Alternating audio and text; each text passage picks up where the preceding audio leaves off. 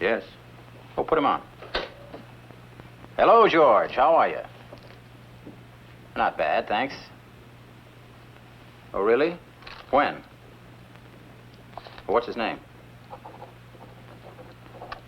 Where is he? Uh-huh. Uh-huh. Yeah, I understand. Well, of course I'm busy. Since when has that got anything to do with it? I know. When can I see him? Fine. Now, don't thank me. I'll find a way to get even. Right, George. Right. We've been appointed by General Sessions to defend a man who confessed to a murder last night. Haven't we got enough work around here? Well, that's quite an honor, Ken. The court only appoints the best on a first-degree murder charge. I know that. Congratulations, Dad. A man's in the tombs. You wouldn't care to come along and have a talk with him with me, would you? Yeah, I'd care very much to. I've got to be back here by 3. We'd better go now.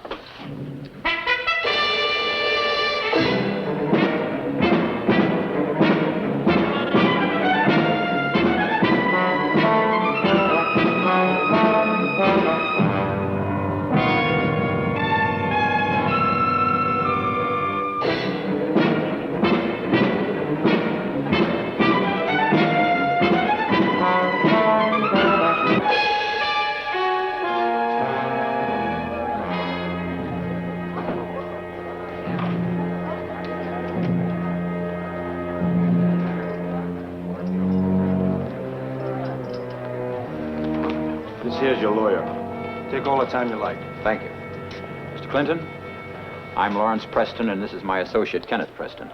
We've been appointed your attorneys by the court. Won't you sit down?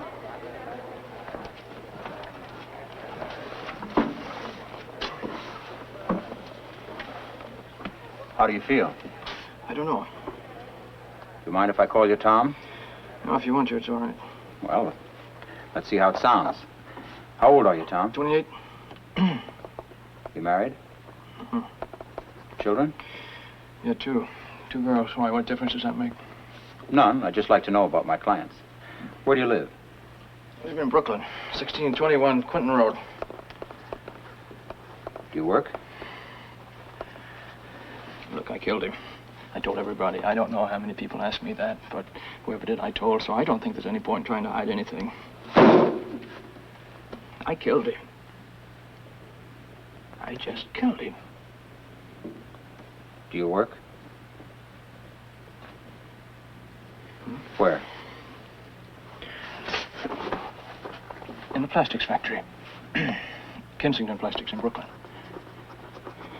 For how long? 3 years. No, 3.5 years. Have you ever been arrested before? No. Ever been in any kind of trouble at all? No, Were you in the Army? Mm-hmm. Where did you serve? This is in Korea. Look, why do you have to know all of these things, Mr. I don't have to know everything at once. How does your head feel? Feels all right. It's all right. How did it happen? Well, he hit me in the head, something. Who? Who did? The other man. In the store? Yeah, that's right, the other man in the store. Tom, would you like to tell me what happened last night? Yeah? Well, what's it going to mean? I mean, what's it going to mean? I killed that old man. I just killed him. So what difference does it make? What happened? You know. I don't feel good. We should go away now. Why did you go into that store? Steal money. Where'd you get the gun you used? I traded for it. Well, some tech sergeant. Korea. 1 bottle of liquor and $10. Why did you want to steal? I didn't mean to kill him. I just didn't mean to kill him. He was standing there. Where? Behind the counter. He was taking some money out of the cash register, see? For me. He was taking out for me. He was shaking. I never shot anybody before. I used to tell that I did. But I'm just lying to my buddies. You know how that is. But I didn't. Not once. Why didn't you? Because it's against God. What made you shoot the man last night? Well, because he jumped on me. Hit me in the head with something, this other man, and it made the gun go off. And, it just went off. Killed the old man. Were you knocked unconscious? Yeah. How long were you unconscious? I don't know. I don't know. Policeman poured water on me.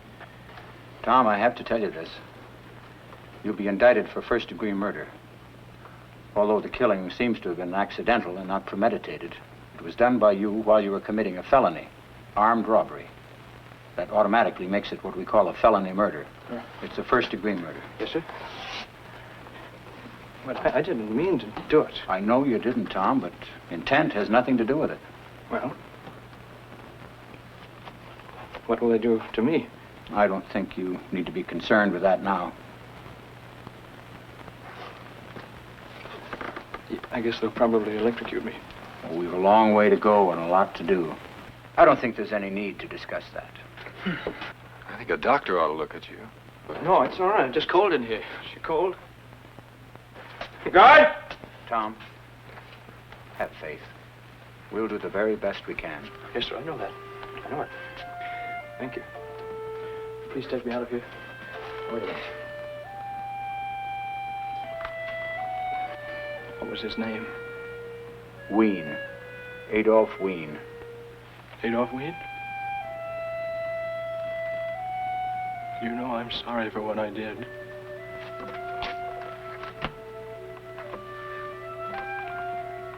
Oh, God, I'm sorry.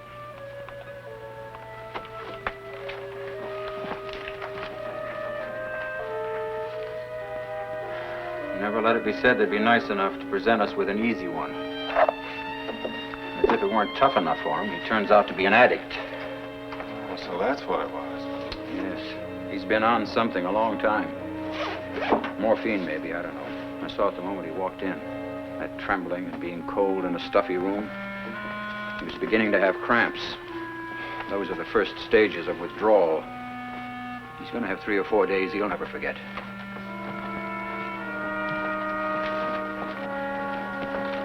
Excuse me, are you the lawyer for Thomas Clinton? That's right. I'm his wife. Oh, hello, Mrs. Clinton. I'm Lawrence Preston, and this is my associate, Kenneth Preston. I'm very pleased to meet you. We've just seen your husband. Is he all right? Oh, he's fine. Thank God. They wouldn't let me see him. I didn't see him since yesterday afternoon. I'm sitting here all morning waiting for somebody to help me. They called me 4 o'clock in the morning, the police, and they said he shot some man. Tom shot some man. Well, I know he didn't. Mrs. Clinton, I'd like to talk to you. He never did anything wrong in his whole life. He's a veteran. He was wounded in Korea. I mean, a man like that. He didn't do what they say, did he? Did he? Yes, he did. I'm sorry, Mrs. Clinton. This isn't a very good place to talk. No, I know him. I know everything there is about him. He didn't kill anyone. He didn't. Didn't mean to, Mrs. Clinton. I think we'd be much better off at my office. No, I have to see him. He's not feeling very well. You just said he was fine. What did they do to him? Nothing. No, I have to see him. He needs me. They can't stop me from seeing him now, can they? He's my husband. Mrs. Clinton, how long has Tom been a drug addict? How long is... I don't know what you're saying. How long has he been using drugs? He never did that. You mean dope? He never did anything like that. Sometimes a man can keep a thing like that from his family for a long time. No, it's not true. You don't know. He's a good man. He's kind and sweet. He never even yells at the kids. He never did anything bad. Every Friday, he brings them something from the 5 and 10. Some funny thing. Every single Friday.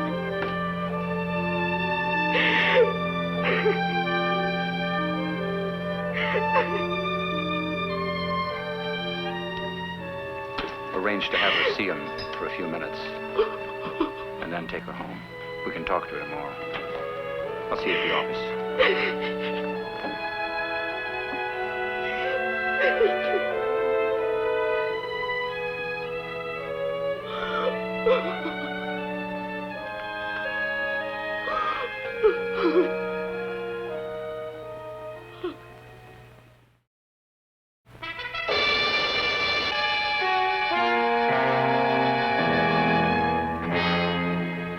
You look excellent, Larry. You've been playing some squash again, haven't you? Once a week. I thought so. You've got that nervous, alert look again, as though any minute that hard little black ball's gonna whack you right in the back of the head. I remember the feeling. After 6 or 8 times, you get used to it. How old are they now? Well, 4 years older than that. At the age where they don't want to call me Daddy anymore, they call me Pop. What's new in your life, Larry? Same thing I imagine's new in yours. Thomas Clinton. I'm sure you're thrilled to be appointed. I was. No, I mean it. It's the sort of thing that keeps me feeling young. Now, let me tell you something, Granddaddy. As long as you can bounce around a squash court without getting a coronary, you don't need a case like this to keep you young. Maybe not. Maybe it's because I enjoy locking horns in court with you. I consider it an honor, sincerely. What can I do for you? I've just been to see Clinton. He's a most pathetic young man. Did you know he was an addict? I got his medical report just a little while ago. He's on morphine. He says he was hooked in an Army hospital when he was wounded in Korea. Why don't these kids go to the Army for help when they find out what's happened to them? I don't know. Maybe it's because they're afraid. A shame. Any previous arrests? No. What are you going for, John? First degree. Couldn't be more clear-cut. Well, I guess I'll have to figure out a way to make you look like a monster to the jury. See you in court. See you in court.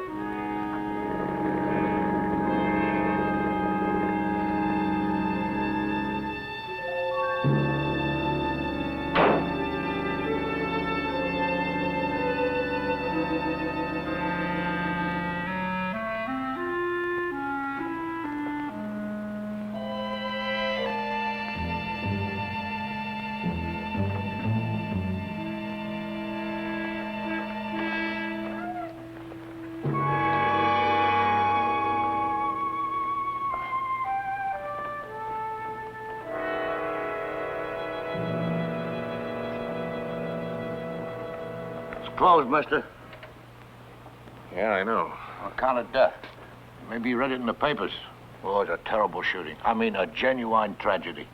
And I'm here to say right now, I don't know what we're coming to in this world when a young punk can just walk into a store and bing. Yeah, I read about it. Oh, so you did read about it. Well, then I don't have to tell you, mister. I mean, look, 2 nice old men. Partners for over 30 years in this place. Neither one married. All they got is each other. Now there's only one. All alone. Oh, your heart could break for this man. I just paid my respects this morning. Oh, I'm only a casual friend, but I've been working in this neighborhood since 1937. And you know, Every 3 years, like clockwork, they hire me. I should touch up the paint job on this door. Well, I don't have to tell you, the man is grief-stricken. Grief-stricken. All I could do not to cry myself. Oh, that's life, mister. Bing. Just like that. Oh, and what's his name? The boy who done it? He should burn to a crisp.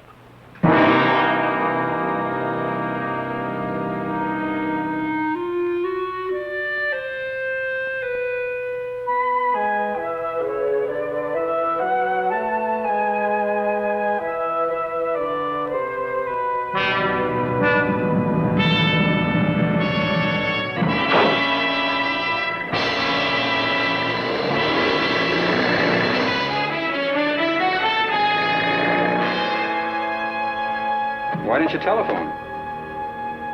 Oh, I was afraid you'd hang up on me. Well, you think I'd hang up on you? Well, maybe. Well, what's it all about? Well, it's about Thomas Clinton. I don't believe he's guilty. Why not? Well, I don't know. He doesn't seem guilty. Is that all? Well, more or less. He says he's guilty. Oh, I know he does, but he was in a highly nervous condition when he went into that store. It was his first robbery. He was probably under the influence of drugs. It would have been hard for him to know exactly what happened in there. Ken. He was unconscious and falling to the ground the moment his gun fired. Ken, you're letting yourself be moved by sentiment. I'd be delighted if Clinton weren't guilty. But he is, and we both know it. Don't you think there's one chance in 100 he's innocent? No. In 1,000? Ken, you're talking like a kid. The law doesn't involve itself with the odds. This isn't a crap game. The law says guilt must be established beyond a reasonable doubt, and I think in this case it is. I don't care what the law says. If there's one chance in 1,000 that he's not guilty, then we ought to try for that. Ken, couldn't you wait until the morning on this? I've had a pretty rough day, and I'm going to have another one tomorrow. I think it's utterly ridiculous of you to drive all the way up to Scarsdale just to give me a college pep talk on my duty to my clients. I don't think Clinton ought to be allowed to plead guilty to a lesser charge. Why not? Go ahead. I'll listen, counselor. Either he committed this murder or he didn't. If he didn't, then he should go free.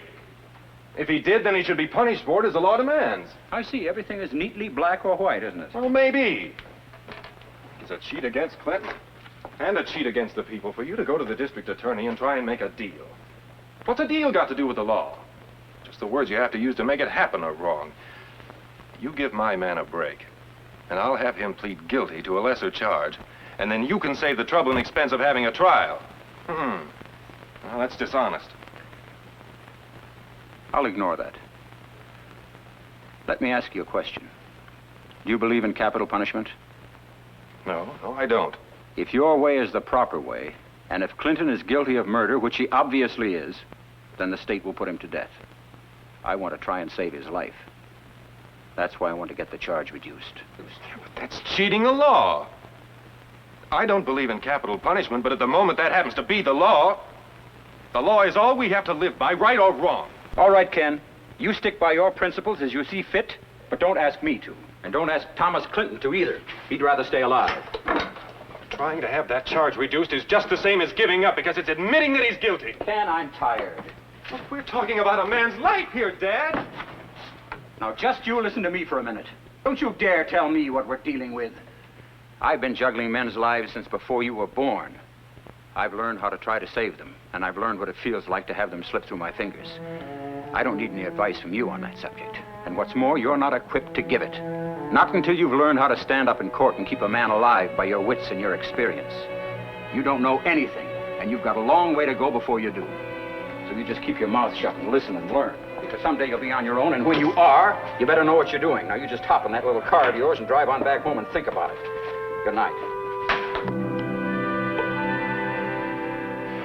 What do you base it on, Larry? Just the fact that he served his country well and we thanked him by getting him hooked on morphine? That's part of it. Well, that happened to quite a few soldiers. Most of them didn't go out and kill anybody. Well, that's like saying mercy should never be shown a sinner because there's so many good people on earth. Look, John, this is his first offense. He's a decent young man. He's got a wife and family, and he does his best to take care of them. This boy's not a gunman. Well, now, let's not call him a boy. He's 28 years old. All right, but what's most important is he didn't plan to kill. He didn't mean to, and he didn't want to. That's why we have a law to cover felony murder. I don't have to tell you these things, Larry. You know them better than I do. All right, John, what do you want me to do? Figure out some legitimate excuse for you? Here's your chance to save the taxpayers some money. That you can't be criticized for. There's no need to be sarcastic. There's no need to be genteel. Yes? We're talking about a man's life. You can do your job without becoming an avenging angel, John. Let him sit for as many years as you can get, but don't destroy him. Please, he's not a killer. But he killed. Didn't he? Who does it serve if he's killed in return? It serves the law. I'm sorry to be so rigid about this, Larry, but it happens to be something I believe in. I can't reduce the charge for you because I believe I'd be doing wrong if I did. If you were sitting behind this desk, what would you do? Thanks, John. Just a minute. Larry, after all these years, you still haven't gotten over being personally affected by the sad ones, have you? Oh, boy. It's a good thing you're not a doctor.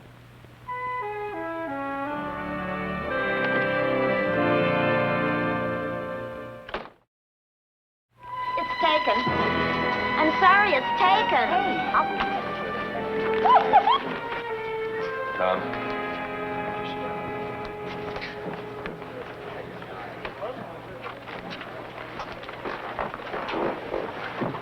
Well? All rise. Hear ye, hear ye. All those having business before trial term, part 6 of the criminal court, draw near, give your attention, and ye shall be heard. Justice Mervyn Graves presiding. Be seated. You gentlemen are ready? Ready, Your Honor. Ready, Your Honor. Proceed. May it please the court. Ladies and gentlemen, there's no need to take up your time with a lengthy opening statement. We have a simple, clear-cut case to try here. I think that the facts will more than speak for May I themselves. remind you, it is important for you to remember as jurors that it is your duty not to prejudge the defendant until all the facts have been presented. In the early morning of October the 4th, were you summoned in your official capacity as county medical examiner to the delicatessen store at 610 Horton Street? I was. At what time did you arrive there? At 1:36 a.m. And what, if anything, did you see? Well, on entering the store, I saw the dead body of a white male, well-nourished, of approximately 66 years of age. Did you make an examination of this body? I did. Well, based on the findings that you made, do you have an opinion that you can state with reasonable medical certainty as to the cause of death? I have. Death was caused by a .32 caliber bullet which entered the body through the sternum. At what time was it when you responded to the call at the delicatessen store? 1:06 a.m. Was anyone there when you arrived? Yes, sir. The deceased, the other owner of the store, Henry Schell, and Thomas Clinton. Is Thomas Clinton in this courtroom? And if so, can you point him out? Yes, sir. He's the defendant, right over there. And what, if anything, did you notice about Thomas Clinton's condition when you arrived at the store? Well, he was lying on the floor unconscious. He had a pistol in his hand and was bleeding from a cut behind the left ear. What kind of pistol was it? Luger type, .32 caliber. It had Chinese markings on the barrel. Is this the pistol?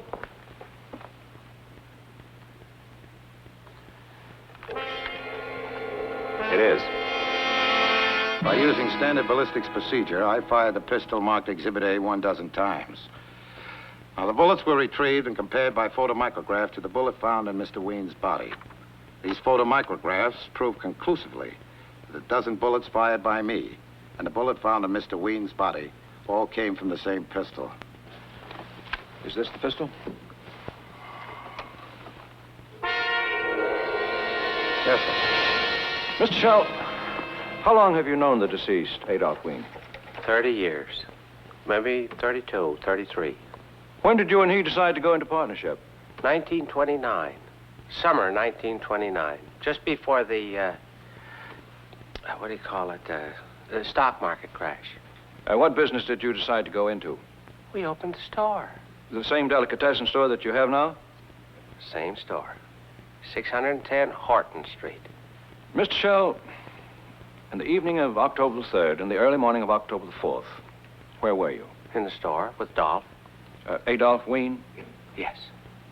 What time did you usually close the store? 6 o'clock. That's when all the warehouses and the factories in the neighborhood closed. We got our business from them mostly. Sandwiches, like that. Well, why were you still open shortly after 1 o'clock on October the 4th? Inventory. We always took an inventory and gave the store a good cleaning and fixing up every month. It was our custom. Well, were you open for business while you were taking inventory? Yes, sir. As long as we're in the store, in case a customer happens to come in, why not be open? Now, Mr. Shell, can you tell me in your own words exactly what happened in your store shortly after 1 o'clock on October the 4th? Well, we just finished the inventory, and we were pretty tired. And there was only the last things to do, like sweeping up the floor.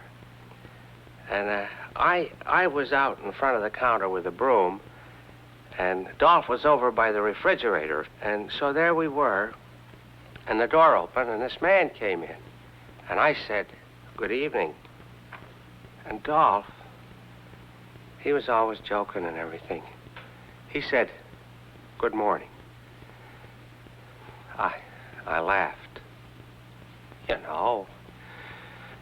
And then this fella, very nervous-like, he pulls out a gun and says for us to give him the money. And he pointed at right at Dolph. And he was, his voice sounded funny, and he was very, very nervous. And he said to hurry up. And then he kind of waved the gun around a little bit, and it was a kind of a foreign gun, and pointed at Dolph again. And then Dolph, he got pale, and he was scared. And he goes and opens the cash register. Now, I know what we took in that day, $91. And the change. That's a pretty good day for us. We don't make much money down there, with the rent and the electric and all. So I got mad. And I took up a number 10 can of tomatoes in my hand. And Dolph was taking the money out of the cash register, and this fellow was looking at him. And I jumped over and I hit him over the head with a can. And the gun went off. I didn't know it could be so loud. It made a terrible noise. And Dolph screamed. And this fellow I hit, he went down unconscious. And Dolph was down, too. And I went back at the counter. And Dolph was dead. Shot through the heart. I didn't know what to do, so I went out in the street and I yelled for help a couple of times, but there wasn't nobody there. Then I went back in the store, telephoned the police, and this fella I hit, he was still unconscious when the police came there. And that's what happened. Every single thing. Now, can you tell me if the man who entered your store with a gun on the morning of October the 4th is in this courtroom? Yes, sir. He's sitting right over there, that young fella, at the table with the lawyers. Indicating the defendant, Thomas Clinton. Thank you, Mr. Shell. No further questions. I think this is a good time to recess. I caution the jury not to discuss this case either among yourselves or with anyone else, or to form any opinions until you have heard all the testimony. Court is recessed until tomorrow morning at 10:30.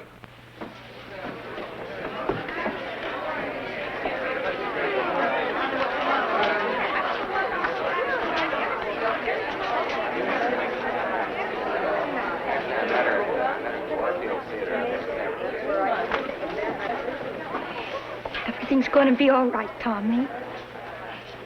You'll see. The kids and me, we pray for you every day. I miss them. I miss them. Please, take me out of here.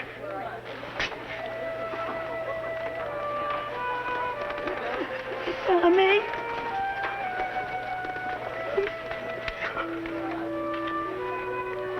He's fine, Mrs. Clinton. He's really holding very well.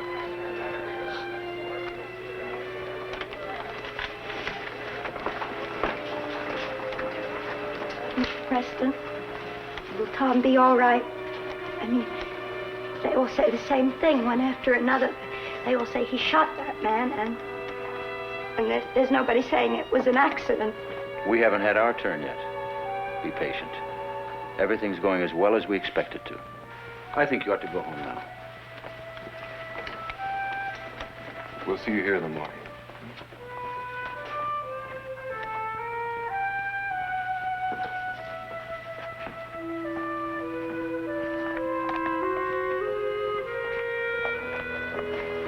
Why don't you tell the woman the truth? He hasn't got a chance. It's not fair. She isn't ready for the truth yet.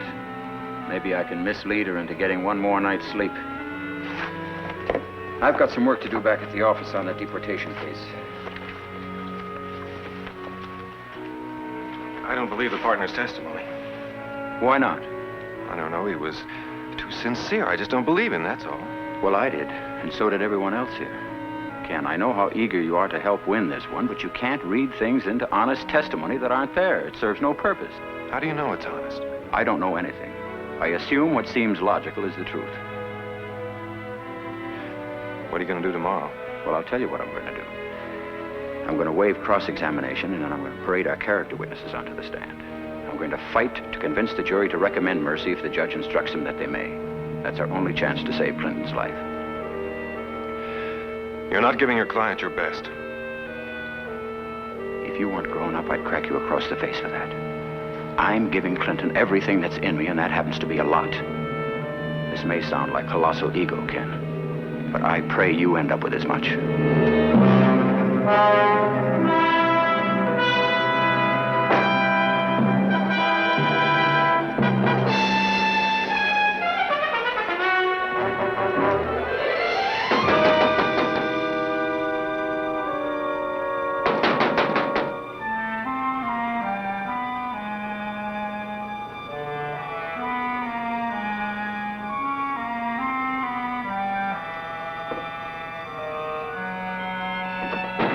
Closed. Couldn't you understand me? I'm all the way up on the ladder. I'm sorry to bother you. I just want to come in and look around. What, do you think this is, a museum or something? It's a delicatessen and it's closed. It's important to me. I'll only be a minute or two. Hey, see the fellow I spoke to you about a month ago, right after the murder? That's right. I thought so. You know, you had a familiar look, and I clicked right away with the familiar look. I inherited that from my father. Click, right away. Come in. So, how are you? Oh, I'm all right, thanks. You know, you seem to be pretty interested in this store. You got it in your mind to buy it or something? If I had a feeling for cold cuts, I might be interested myself. But I'm born a painter, and a painter I'll die. But you know, this place ain't a bad buy, though, I'll tell you. Look, 3 weeks ago, fresh plastered and painted. And look at the workmanship. I'm touching up on account he got in a new light fixture. And the electrician, a first-class slob, he ruined the ceiling here. Well, I was surprised to get it, though, because I just did the place 11 months ago. But I suppose with the insurance money and all... What insurance money is that? Partners insurance. What do you think? You know, partners insure each other's lives. One dies, the other gets the money. How do you like that? Open your mouth and in steps the devil. Oh, we was just talking about you, Henry, me and this gentleman here. Henry, this is, I didn't get your name. We know each other. You do? Hey, why did you say you know Henry? I was telling him about the store, Henry. You know, maybe he's a prospective buyer. What do I know? What do you want here? I just dropped in to look at the store. If you've seen it, I'd appreciate it if you'd leave. Hey, Henry, what's the matter with you? What kind of manners is that? He's one of the lawyers who's trying to free Dolph's murderer. No. How am I supposed to know that? Well, I guess everyone's entitled to a lawyer.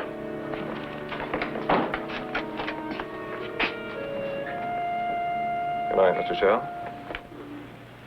Toodaloo.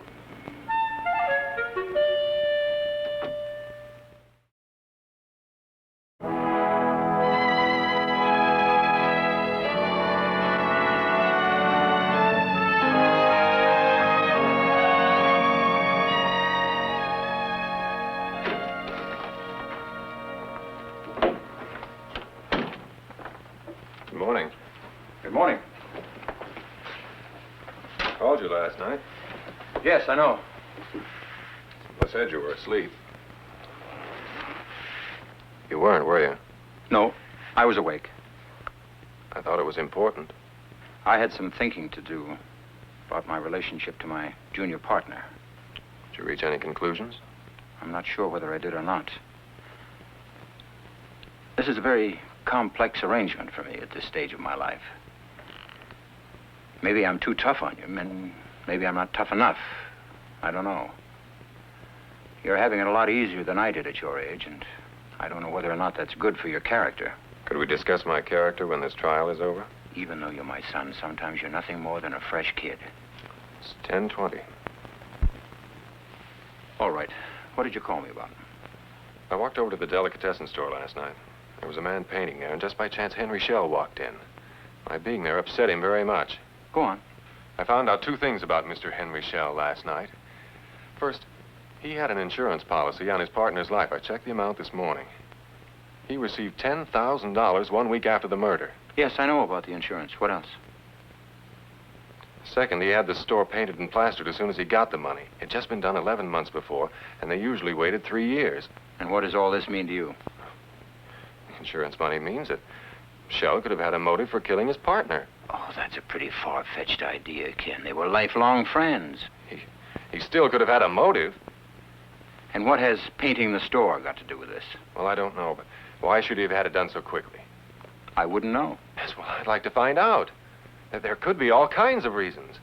Maybe somebody else was in there that night. Maybe there were marks on the walls that could have shown something or other. What kind of marks? Oh, I don't know. Blood, maybe. Blood washes right off. Ken, what do you expect me to do with these little bits and pieces that don't add up to anything? I just keep remembering that Clinton was unconscious for 3 or 4 minutes. All we know about these minutes is what Mr. Shell tells us. I'm not experienced or anything, Dad, but couldn't you knock a dent into his testimony with that? Ken, you can't expect me to wade into a cross-examination with ideas from a fairy tale. You're all Tom Clinton's got. I'm aware of that, Ken. Well, then cross-examine Shell. Hurt him. Raise doubts about his honesty. The prosecution will do that to your witness if they can. Look, I'm a fresh kid. I admit that. I've had it easy. I admit that, too. Now, what do you want me to do? Scrub the floors in the office? You've got it. Count the paper clips? I'll do it. But for the love of God, let me see what I'll finally become if I'm lucky enough and smart enough. Those are your words. Now show me. Funny. I suddenly feel a lot older than I am. Seems as though somewhere back in the last century, I might have said to my boss what you just said to me.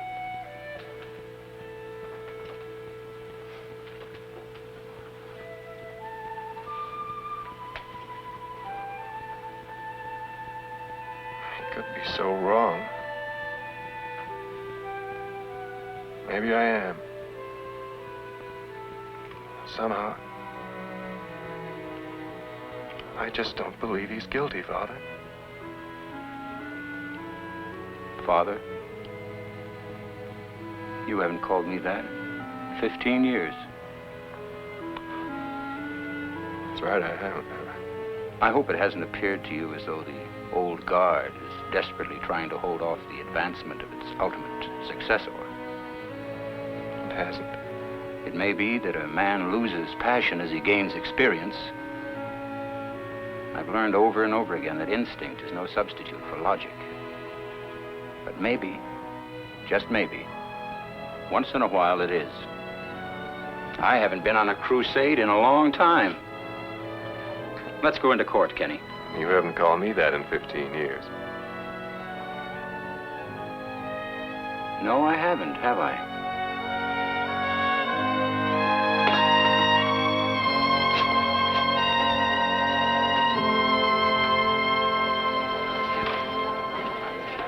Tom. How do you feel? Oh, I don't even think about how I feel. All right, I guess. Tom, up to now, I thought our only chance to save your life was to try to win a recommendation for mercy. If we got it, that could mean a parole after 30 years. Now, maybe we can do better than that. A few facts have been dug up, And I want to see if they can be used. They're not much, and they may hurt our appeal for mercy very seriously. You'll be taking a tremendous gamble if you let me go ahead. It's your life we're dealing with. What do I do?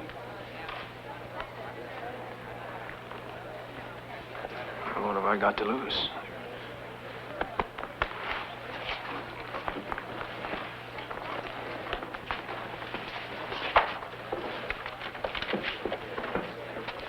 All rise.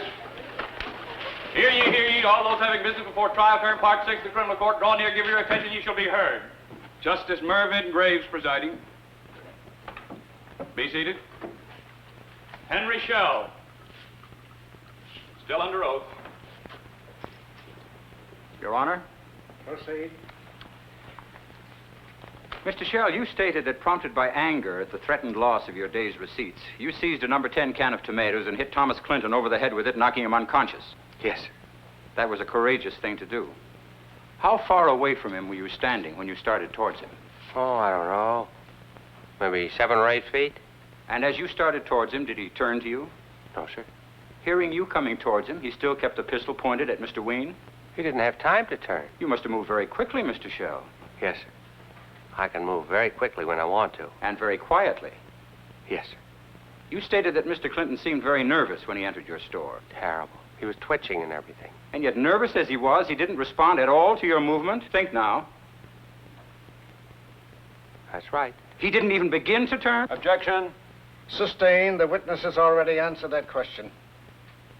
Mr. Shell, could you tell the jury how Mr. Clinton was holding the pistol? Just like anybody holds a pistol. And how was that? Like that? Please hand the witness Exhibit A. Perhaps this will help you. Now, how was Mr. Clinton holding the pistol? Where was it pointed? At Adolph Ween. At Mr. Ween's heart? I don't know. Maybe his heart. I didn't have time to look. Could it have been pointed at Mr. Ween's head? Maybe. I don't know. Maybe. Yes, maybe. You don't know where it was pointed? No, I was too scared to see things like that. But not too scared to attack Thomas Clinton? No, sir.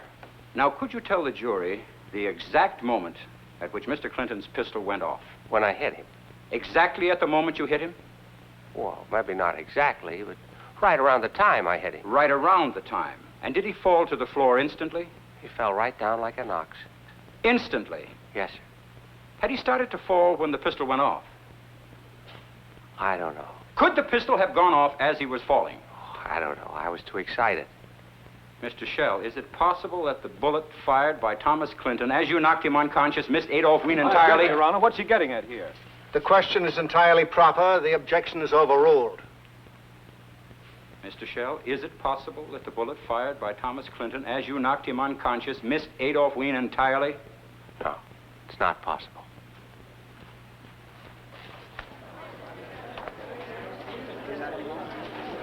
I don't think this is getting us anywhere. I know. You don't recall a thing... One moment, please, Your Honor. You don't recall a thing at all until the policeman brought you around. No, sir. Absolutely nothing? No, sir. Nothing. In which direction did Mr. Clinton fall? Backwards. And he landed on his back, unconscious. Yes, sir. And then you stated that after discovering Mr. Ween to be dead, you ran out into the street to call for help, and then you ran back into the store to use the telephone. Yes, sir. How much time elapsed between the firing of the shot and the time you picked up the telephone? Well, I don't know. Well, approximately. Well, maybe 1 minute. And how much time elapsed before the policeman arrived? Maybe 3 minutes. And so approximately 4 minutes elapsed between the firing of the shot and the time the policeman arrived. Yes, sir. And when the policeman arrived, the pistol was still in the right hand of the unconscious Mr. Clinton. Yes, sir. Now, can you tell me why for 4 full minutes you left a loaded pistol in the hand of the man who you say shot and killed Adolph Ween? Objection. I don't see what's wrong with that. You may answer the question. I don't know. I don't remember. Well, at any moment, the dangerous killer lying there on your floor could have regained consciousness, could he not? I don't know. Oh, come now, Mr. Shell. He might have regained consciousness, isn't that so? Yes. Then can you tell us why you didn't remove the pistol from his hand? I don't know. I don't know. I just didn't think of it. I was mixed up. You didn't think of it? Is it possible, Mr. Shell, now think hard, is it possible that you did remove the pistol from his hand and then put it back again? I object, Your Honor. Mr. Preston, is this line of questioning subject to connection? It is, Your Honor. Very well, you may continue. Objection overruled. Exception. Noted. Mr. Shell? No, I never touched that gun. Had you ever met Thomas Clinton, the defendant, before the morning of October 4th? No, sir. And did he attempt to harm you physically in any way on that morning? No. And did you know that Thomas Clinton has a wife and 2 small children? I object. This is totally irrelevant. Sustained. The jury will disregard it. You know better than that, Mr. Preston. I apologize, Your Honor. Mr. Shell, were you the beneficiary of your partner's life insurance? Yes. For how much was he insured? We insured each other's lives for $10,000. And have you collected the money?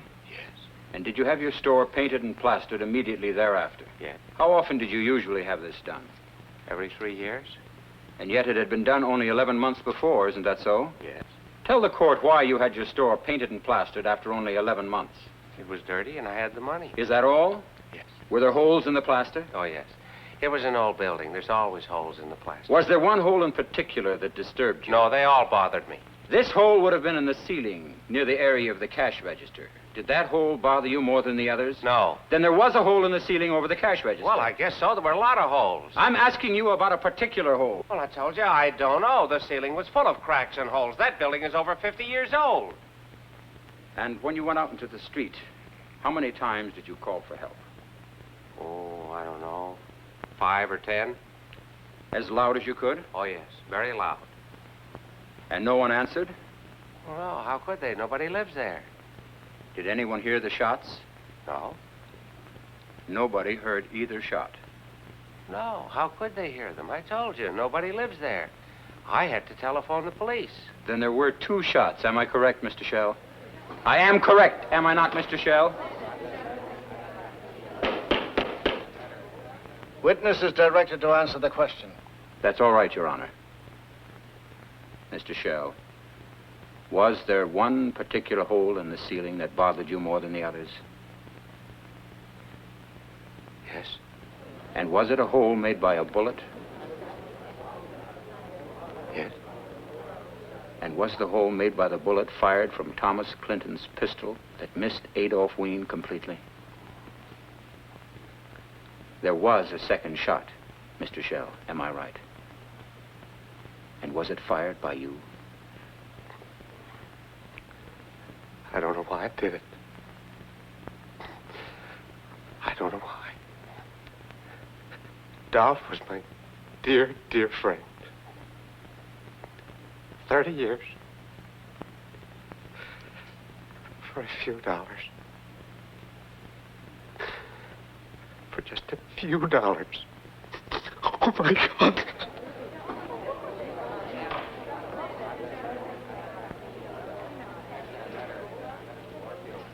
No further questions, Your Honor.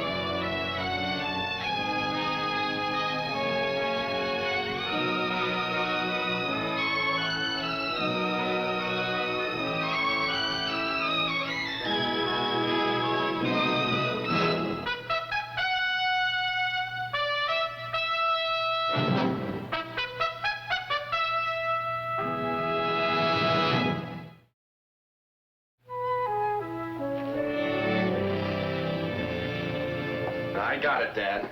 Yes? Got what? That precedent you were looking for. People versus Corcoran, Court of Appeals. Very good. Very good. This ought to shake up the district attorney a little. Helen, I've got to dictate a brief, and it's got to be finished this afternoon. Have I a luncheon appointment? Oh, yes, Mr. Preston, you have. Oh, with whom? With Mr. Preston. See if you can cancel it, will you?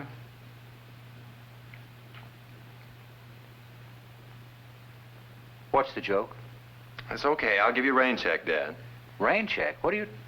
Preston. I'm sorry. My mind was on Corcoran.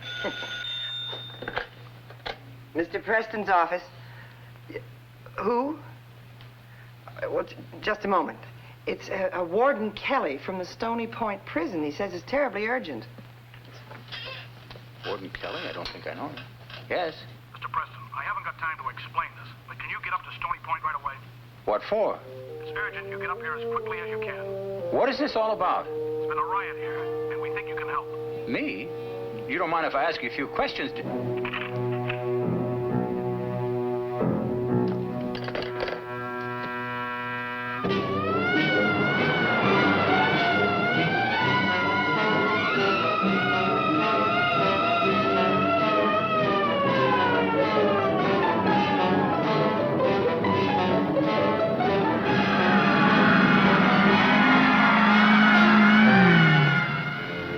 Convicts, many of whom are serving life sentences, are in complete control of cell block 12. They have issued a warning over the prison loudspeakers that if any attempt is made to rush the cell block, they will kill the 4 hostages they now hold. The governor, who is attending a conference in San Francisco, has sent a special representative east to deal with the situation. He is John Andrews.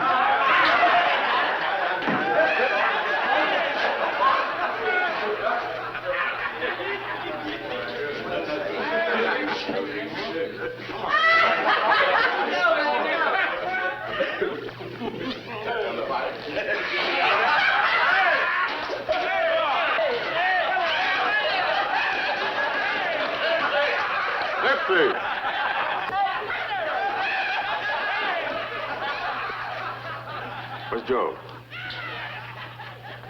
He and Sam broke into the dispensary. They're drinking up all the alcohol in sight. Get them down here. Not gonna do us any good drunk. I'd rather you do that. Joe ain't gonna listen to me. Nixie, just tell him I said that we've got work to do. I want him down here. Let me ask you a question, Leo. Who's running the store? I thought Joe was in charge. Just tell him I want to see him. Billy! Find out how Atkinson's doing with that list of demands. Tell him to make sure we got 2 copies. One for them, one for us. You prisoners in cell block 12. Prisoners in cell block 12. This is Warden Kelly.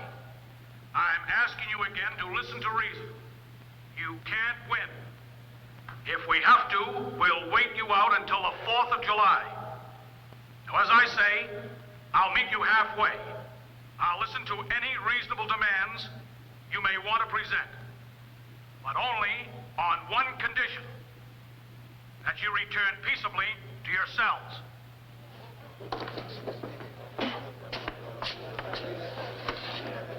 That all, Warden? That's all. Warden, there's no point you threatening us. We got food, water, checkers, playing cards, and 4 hostages. We're gonna wait till we get what we want.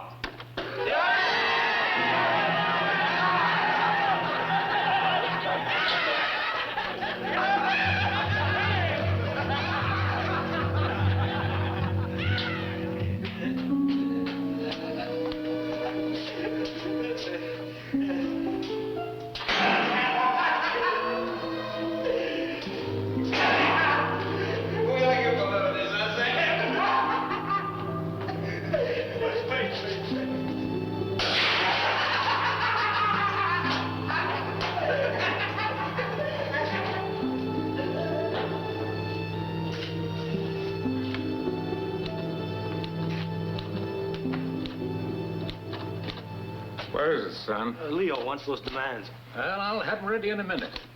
I never did see so many whereases and what-fors and as muches. But it figures Leo must have read every law book in this here library 10 times. Well, I think we're wrong. What? We shouldn't have done it. We haven't got a chance. If we kill those hostages, they'll kill us. Shut up, boy. Well, how long do you think Joe Dubois is going to wait? He'll cut their throats. Oh. You want someone to hear you and tell Joe? Let me give you a word of advice, son. The inside and the outside are 2 different things. On the outside, if you don't like proposition, well, you can just quit and walk away. But then here, you knock heads with Joe Dubois, and you're dead. Clear? Let me see. The party of the first part guarantees the party of the second part.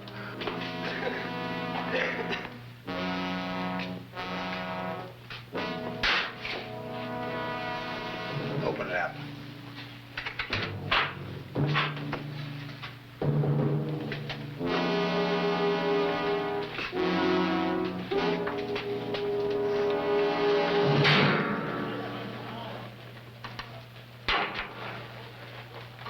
Look what I got, Birdsey boy. I picked it up just for you. You see any reason why I shouldn't belt you with it to give you something to remember me by? Joe, if I were you, I'd put that chain down. Well, you're not me, squirrel man. Let's see, what would happen if I hit you with this chain, huh? That's about 4.5 links. Man, wouldn't that make a beautiful design? I mean, it can't make you any uglier than you already are. As a matter of fact, it might even help your looks. You know, I think I'll just do it. Joe, let him alone. Where you get off telling me what to do? Come on. Listen, Joe. Look, let's you and me have a talk, huh? Come on. This is just between Joe and me.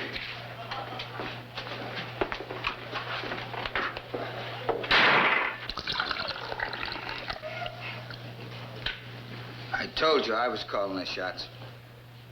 What's the chain for, Joe? Somebody stole my bicycle. Joe, the only reason we're doing this is to get some attention for those demands. Doesn't help if you get into the dispensary, get loaded. Well, it helps me. It's business with the bicycle chain. What does that prove? You think the governor's man's gonna sign them demands, huh? Well, I'll tell you what I think. We take one of them crumbs in there. Maybe we don't kill the first one. We just break both his arms and legs and throw him out in the yard where the warden can see. And if they still don't come through, we kill the next one. And so on and so on. Look, Joe. All right, maybe we'll have to do that later. But give my way a chance first. What do we got to lose? Think about it, Joe, huh? Okay, Leo. I can wait a little while.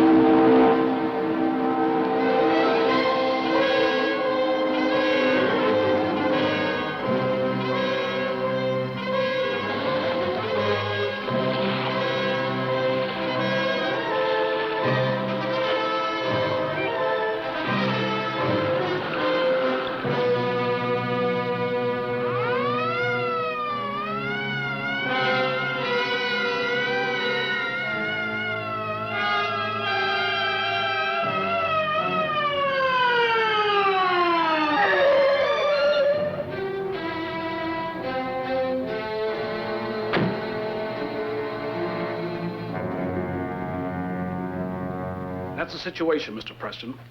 We can't move in because if we do, they'll kill the hostages. Now, the man heading up the riot is a lifer named Joe Dubois. He's violent and dangerous. His second in command is someone you know, a man named Leo Graves. Yes, I defended him 5 years ago on a murder charge. Got him second degree instead of the chair. Apparently, he never forgot. But I still don't understand. I'm getting to that. Graves has drawn up a list of demands. He won't talk to me. He don't trust me. He wants you to act as intermediary, to negotiate on their behalf. I suppose I should be flattered. Another thing, this is Mr. Moran. He's a reporter representing a pool of newspapers. The convicts insist the demands be signed in his presence and published to guarantee they'll be honored. They're not missing anything, are they? Warden, you know these men pretty well. Do you think they'll kill the hostages? They could. Any idea what's in the demands? None whatever. Suppose they can't be met? Well, that's the matter for the governor, or the governor's representative, John Andrews. He ought to be here within an hour. How do we begin? Mr. Preston, there are special conditions with this negotiation. The prisoners won't talk to you unless you go inside the prison, alone. I see. Well, I suppose I might as well get started. Thanks, Mr. Preston.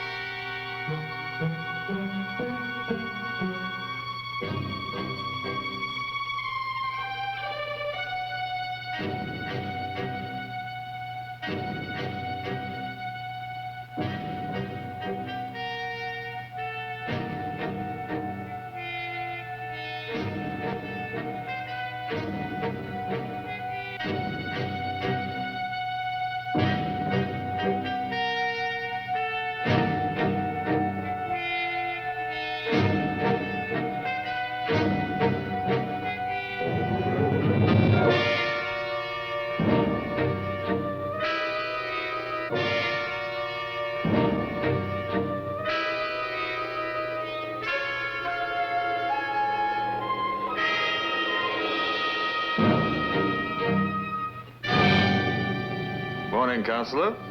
Morning, Graves. Welcome to Stony Point.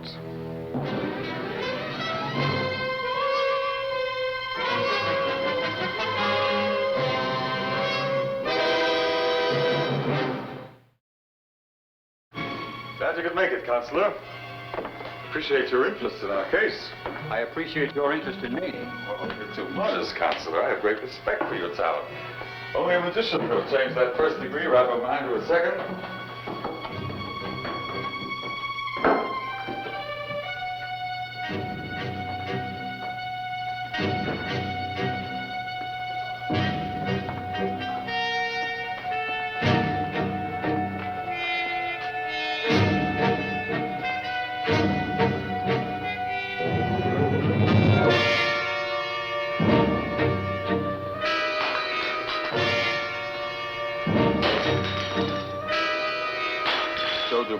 How do you do, Mr. Dubois? You're Leo's boy, huh? Let's see how good you are. You find 12 grievances in all, Counselor. You want better food, more recreation privileges, and a new deal on solitary? You want the parole board to change their rules. I see you want a new rehabilitation program as well. That's the most important item. Stamping out license plates and making cane chairs isn't our idea of rehabilitation. What we want is some kind of a program where a man can feel he's worth something. He's got a chance to be somebody again. You needn't argue with me on that point. I don't subscribe to the idea that just because a man goes to prison, it's necessarily the end of the world for him. I don't see why in many cases it can't be the beginning. And you drew up these demands. Yep. I couldn't have drawn a better document myself. How'd you do it? Read a lot of law books. Oh, really? Which ones did you read? What's all this polite talk? Maybe I should serve some tea. Well, let's get on to what you're here for, Counselor. We want the governor's man to sign these, and now. If you get the signature, we'll countersign it. And then you'll all surrender peacefully and go back to your cells, is that right? That's right. But remember, we don't take the warden's signature. Only Andrews. If he doesn't sign it, it's no deal. All right, I'll see what I can do. But you understand, there's nothing legal about this. You're using coercion. That's all we've got. Yeah, coercion. And 4 hostages.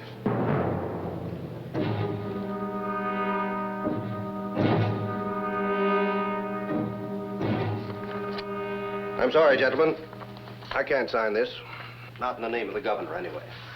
What about the lives of the 4 men they hold? They're bluffing. I don't think so. Warden, what do you think? I'd hate to call their bluff. Why not sign the demands? Each of these grievances is valid. I can't find one that anyone could disagree with. Better food, better recreational facilities, a real rehabilitation program. What's wrong with them? What's wrong is that they're presented to us at the point of a knife. That may be true, Mr. Andrews, but it is also true that men in penal institutions often have a difficult time getting any kind of hearing. You know and I know that petitions are often ignored or pigeonholed. You sound as though you're condoning this riot. I'm simply trying to point out why convicts sometimes get desperate enough to riot. Mr. Preston, the core of the problem is money. I think I run a pretty good prison here, considering the size of my budget. If I had more money, I could put a lot of these demands into action. Suppose Andrews signed these demands. We'd be honor bound to live up to them. That might prove expensive. And the question is, how do we know we could deliver? Suppose the legislature turned us down on the increase in our budget.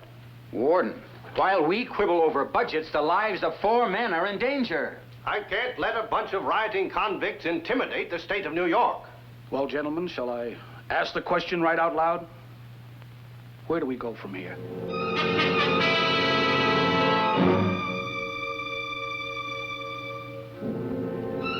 Well, Counselor? I'm sorry, Graves. The governor's representative won't sign. I know we come up with something. Wait a minute. What? Listen to me, all of you.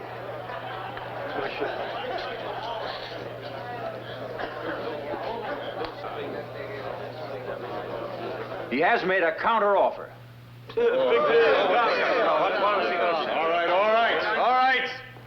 All right, Counselor, let's have it. Andrews has offered to send the Gorman Prison Reform Committee into Stony Point immediately, providing you give up the riot and go back to your cells. That's the answer I thought we'd get. Well, what are we waiting for? That the best you could do? I advise you to accept the offer. We know all about them committees. Talk big, make a lot of recommendations, no action. New governor comes in, everything drops dead. You know the alternative. You kill these hostages, and you won't get one of your demands. Instead, you'll all go on trial for murder. Maybe, but they're still the only blue chips we have. If it takes action to show the governor's boy a little reason, then we'll throw a few into the pot. Somebody's going to give in first, but it's not going to be us.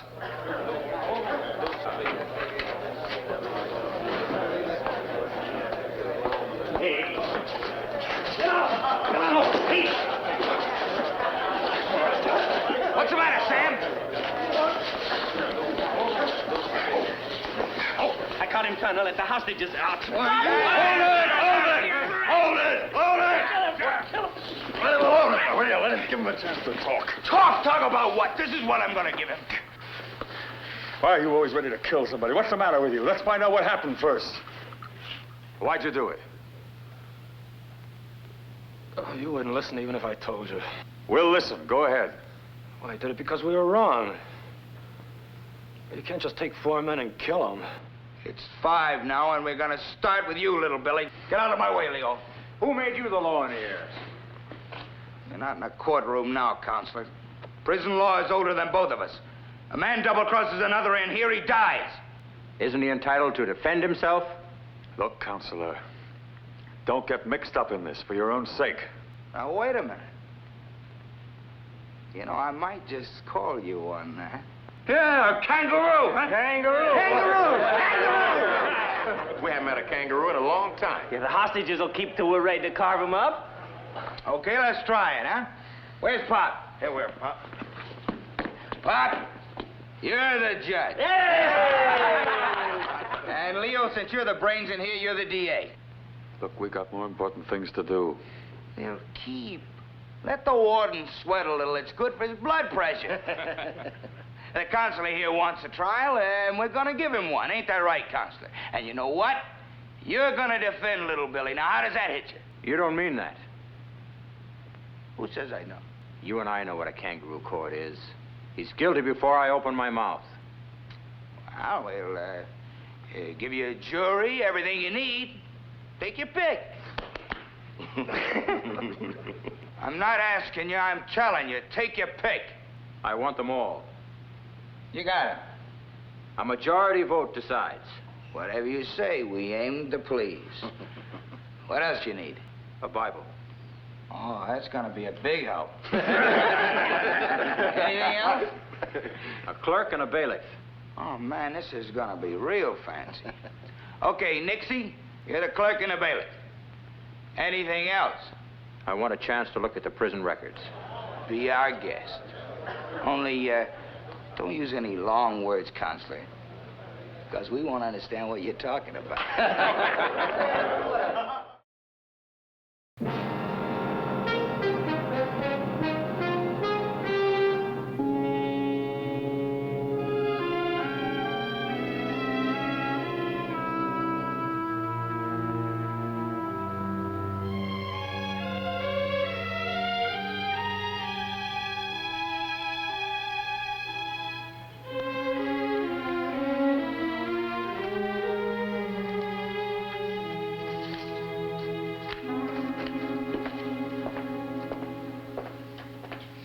Here you are, Mr. Preston. How much time are you going to need? Just a few minutes. Fine, we'll leave you alone then. Leo, there's no chance for me to win this case, is there? No, there isn't. You know something? You're a worse hypocrite than any man in this room. Really? Does that bother you? Not very much. Let me tell you why. You're an intelligent man. You read, you speak well, and I don't think you believe in the kind of violence that's going on in here. You let me decide what I believe in. Didn't some of the law you read rub off on you? Just what I needed to write down those demands. With one hand, you draw up a polished document asking for rehabilitation, and with the other, you prepare to murder a boy. Does that make sense to you? Let's leave him alone, Nixie. How do you feel about it? Do you think the boy ought to die? When I'm in Rome, I do as the Romans do. This is a prison, mister. I'll see you in court, Mr. Preston.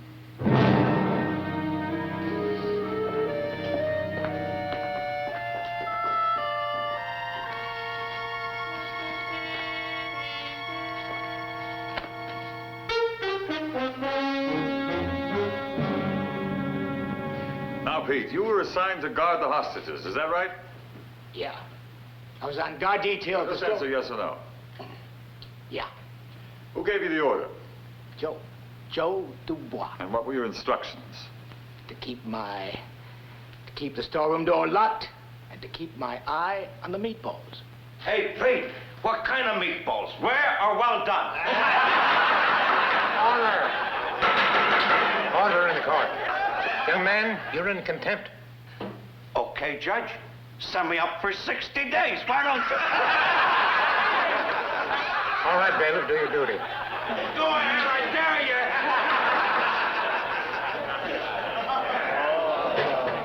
you. Anyone else here have anything to say? You tell him, Pop. Now, Pete, will you tell the court what happened a few minutes ago? Well, I was standing guard when Billy Allen came up and said he was relieving me. So I gave him the keys. And then? Then I left. You had no idea he was lying to you. No. What happened then? I started to join the argument with the lawyer.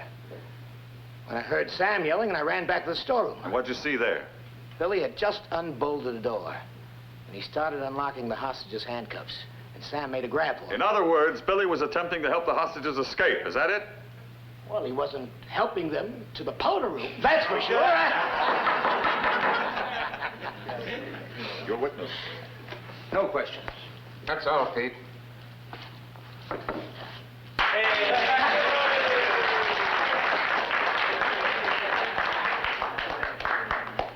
the defendant, Billy Allen. Billy Allen to the stand. Objection, Your Honor. The prosecutor seems to be unaware of a fundamental point of law. No man may be required to testify against himself. Sustained. If it please the court, I'm willing to waive that privilege. Mr. Graves may put my client on the stand if he so wishes. Why, thank you, Counselor.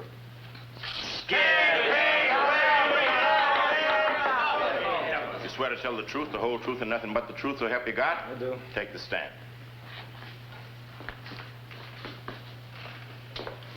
Now, Billy. You just heard Pete testify? Yes? Did you or did you not receive any order from Joe or myself to take Pete's place? No. In other words, you lied. Yes. Did you or did you not willfully try to help the prisoners escape? Well, answer the question, yes or no? Yes. You've been a con here for some time, isn't that true? Yes. You knew the law here in stir. You knew what would happen if you ever got caught. Oh, look, I never had a chance. Answer the question, yes or no? Well, yes, but like I'm trying to tell you, And I'm trying to tell the court this man betrayed our trust and deserves what he's going to get. Objection, Your Honor. State your objection, Counselor. The prosecutor's function at this time is simply to interrogate the witness, not to deliver his closing address, especially since the defense has not yet had a chance to present its case. Withdraw the question. You're a witness. Billy, you have a family on the outside? A wife and 2 kids. Any job prospects when you get out? My old boss promised to take me back. In other words, you have a lot to go back to. Yes, sir. How long is your sentence here at Stony Point? 4 more years. With a chance, this could be cut to 2 years for good behavior. Yes, sir. Are there any others in here who, like yourself, are not serving life terms? Yes. So that in your case, as well as theirs, this riot could only mean trouble. You had nothing to gain and everything to lose, possibly even your life. Would you say that was correct? Yes, sir. Objection. State your objection. The question before the court here is whether the defendant did or did not try to release the hostages. He's already admitted that. Anything else is out of order. Your Honor, the defense does not intend to question those facts already given under oath. What we are trying to do here is to establish the motive for this act. But if you admit he's guilty... Your Honor, my opponent does not seem to understand that guilt is not all black or all white. There may have been provocation or extenuating circumstances. I submit this line of questioning is entirely relevant. Proceed, Counselor. Now, Billy, let's get to another point. Were you asked to participate in this riot? No, sir, I was told. By whom? By Joe Dubois. Did anyone appoint him to this position of leadership? No. Then you had no voice in this decision? No. Did anyone seek out your opinion as to whether this riot was a good thing or a bad thing? No, sir. Then why did you go along? Because I had to. Or else you might incur Joe's anger. You might even risk death at his hands if you disagreed. Is that what you mean? Yes, sir. Thank you. No further questions.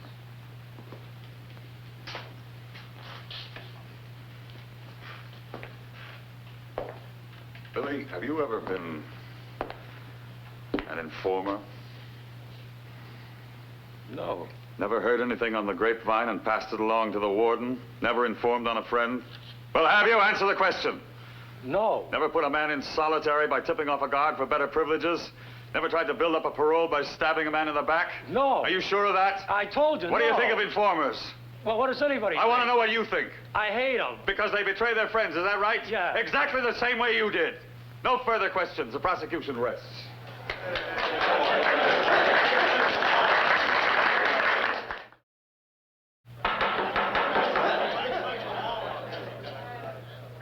Mr. Preston, are you ready? Ready, Your Honor. I call Joseph Dubois. Joseph Dubois.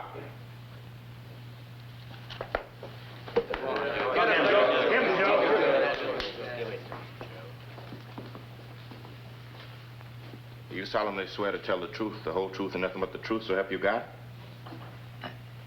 Yeah. Proper answer to that is I do. Okay, Pop, I do.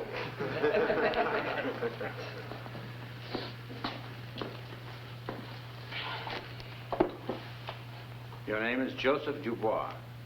Yeah, that's right. I'm told that sometimes the men in here call you by another name. Look, what are you trying to... Is that true? Yeah. What is that name? Well, it's just a nickname. Very well. What is that nickname? Bugsy. Bugsy. But they don't call me that to my face. They know better. But they do call you that behind your back. Well, I guess so. Why? Well, how should I know? Well, now think about it, Dubois. A nickname generally refers to some personal characteristic. Why do they call you Bugsy? I told you, I don't know. Could it mean that they think you sometimes act in an irrational manner? Objection, Your Honor. Defense is asking the witness what other people think. Sustained. Now, Dubois, you're the leader of these men. Yeah, that's right. And you really intend to kill these hostages? Well, it's them or us. Why should I worry about that scum? You think anybody worries about us on the outside? Didn't it occur to you that you might be able to get a hearing on your demands by peaceful methods? Did you ever see cons get any action from the outside? Not if they didn't try. Apparently you didn't. The only way to get action on the inside is to fight for it. Even if it means threatening the murder of innocent men. Yes, that's right. And speaking of murder, Dubois, isn't that the reason you're here? Yeah. And isn't that why you're serving a life sentence?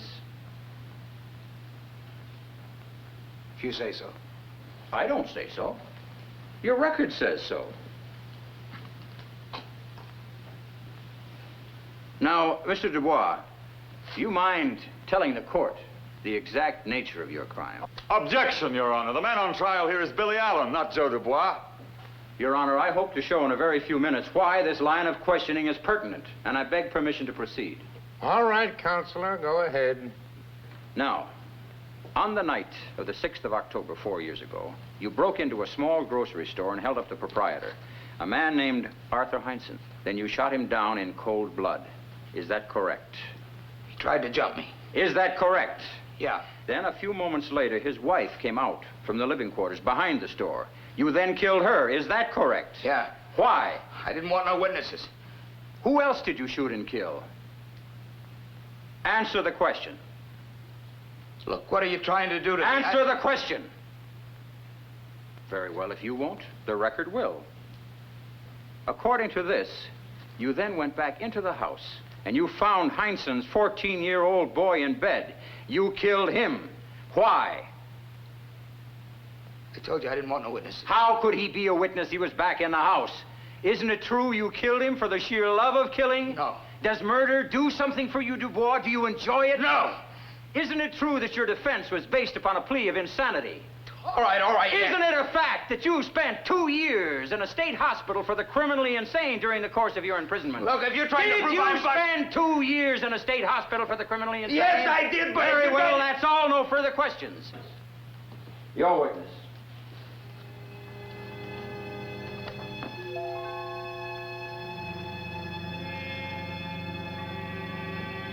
No questions. What do you mean, no question? You gonna let this lousy crumb? No more questions.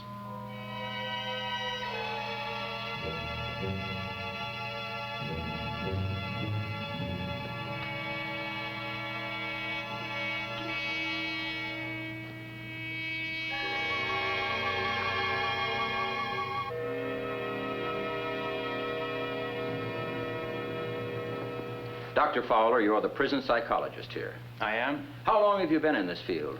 15 years. And how long have you been here at Stony Point? 6 years. Have you made psychological case histories on these prisoners? I have. And these are your records, are they not?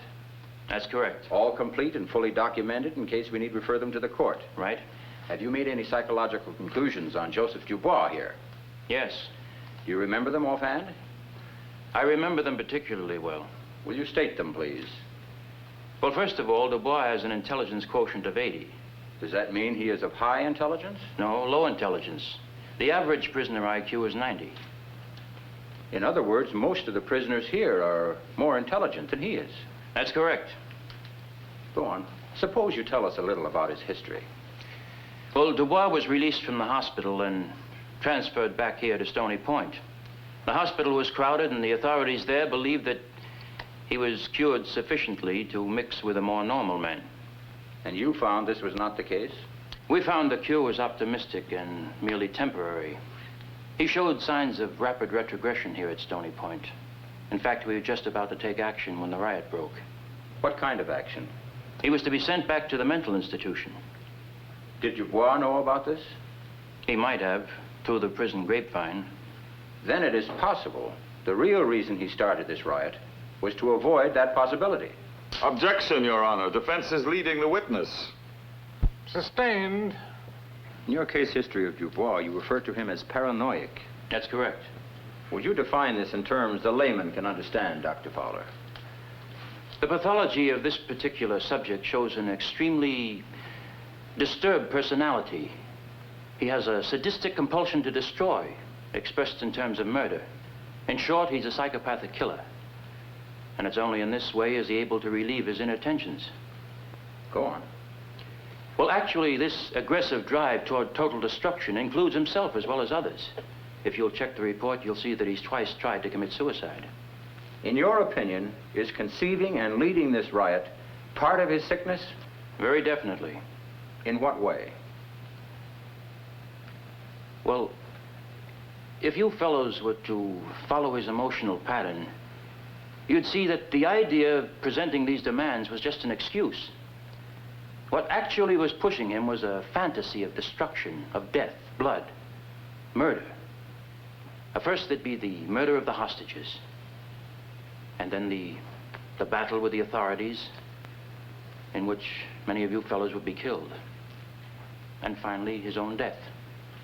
Then, in your opinion, Joe Dubois was simply using his fellow prisoners as pawns to satisfy his own emotional needs. Yes, sir. There's no question of that in my mind. That's all. You're with him. No questions. Stop him. I'll kill him! I'll kill him! Let me go! Let me go! Let me go! Let me go! I call Leo Graves. What are you calling me for? You're not afraid to answer my questions, are you?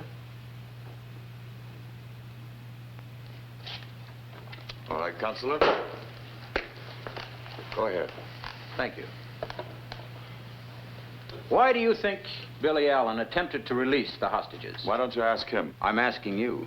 Do you think he did it because he was afraid? That's right. Of what was he afraid? I don't have to tell you that, do I, Counselor? He was afraid if the hostages were killed, he'd be tried for murder, wasn't he? Are you asking the questions or are you answering them? Well, wasn't he?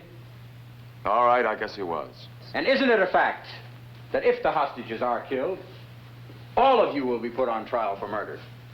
Isn't that true? Next question.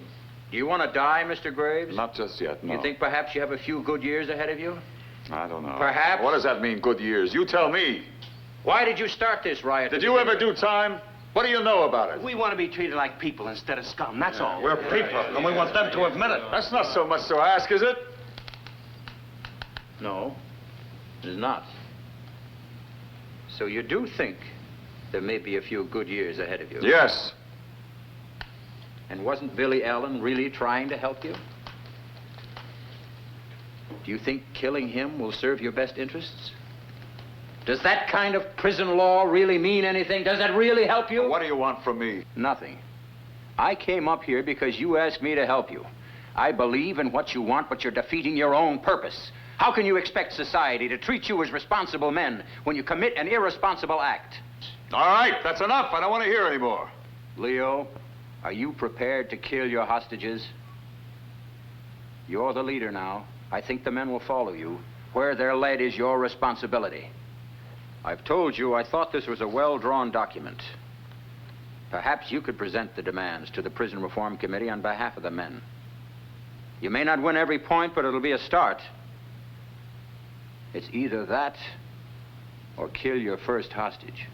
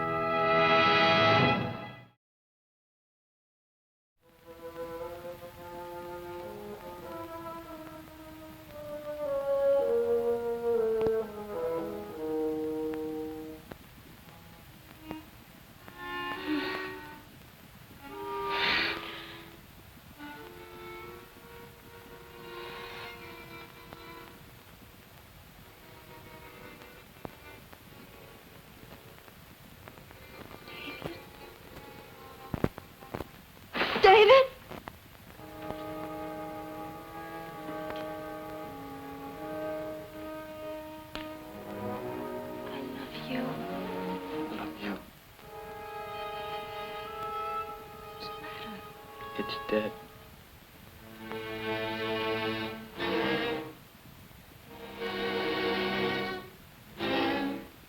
Baby is dead.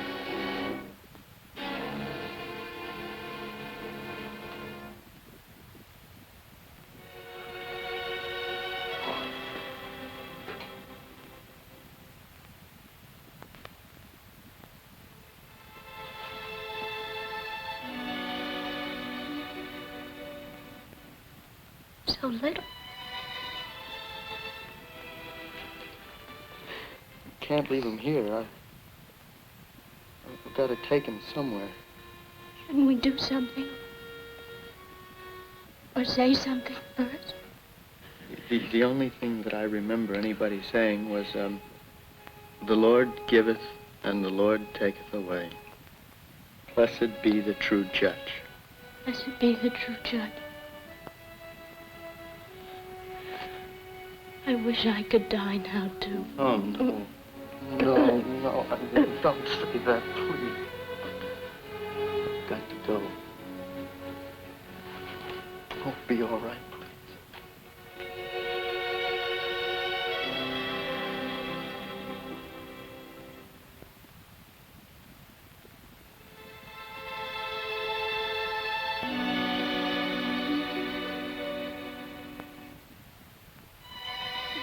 David.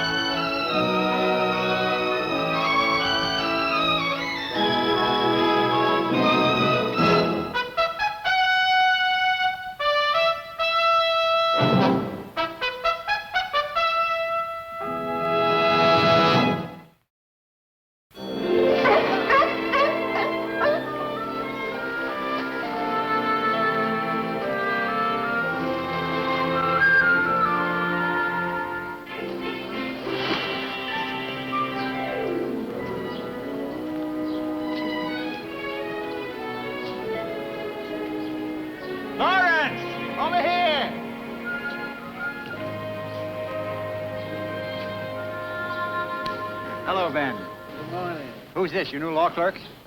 We're getting them young these days, but not quite this young. This is my grandson, Stephen. I'm pleased to meet you, Stephen. We're about to have some peanuts. You care to join us? I'd love to. 3, please. Did I take you away from anything important? Nothing. I was on my way up to Ken's apartment for dinner anyway. It's a peculiar place to ask you to meet me. Not at all. I think it's ideal. Did you take on a court assignment? When did I turn you down last? Never. But this one's a real problem. You'll have a hostile client who probably won't want to cooperate with you. Who is it? His name is David Roth. He's being held on a manslaughter second for having abandoned a newborn child that subsequently died. Oh, yes, I saw the headline. Well, why me? He's an exceptional young man. Honor student, all that. And what else? What do you mean? I don't know. I have the feeling that you have a... Personal interest? No. I wouldn't judge the case if I did. But let me put it this way. I happen to understand enough about this young man's background, maybe because of my own, to want to ensure him the best possible defense. What about his parents?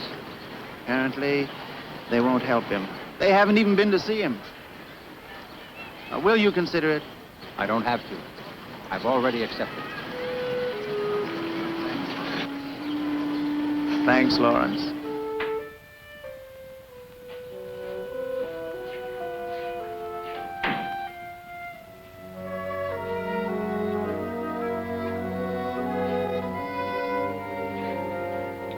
David Roth. My name is Lawrence Preston. This is my son, Kenneth. We're going to defend you. Hello, David. Did my parents send you? No, we were appointed by the court. That's what I figured. We haven't talked to your parents yet. Can't they afford a lawyer? Ask them. There's no point in being angry, David. I haven't had time to give you a reason. Look, why do I have to have a lawyer? Do you want to plead guilty? What difference does it make? Are you guilty? The charge reads culpable negligence resulting in death. Did you willfully neglect that baby? No. Then you're not guilty, are you? Look, I don't know. I thought the baby was dead. What about the baby's mother? You leave her out of this. I'm afraid that's not possible. Without her, we can't prove a thing. They'll find you guilty. Well, then they'll find me guilty. That could mean up to 15 years in prison. Is that what you want? If that's the way it is, I'll accept it. David, doesn't the baby's mother have something to say? I said leave her out of this. All right, we'll forget her for now. Suppose you tell us your side of the story. I told you, I thought the baby was dead. Understand? And so I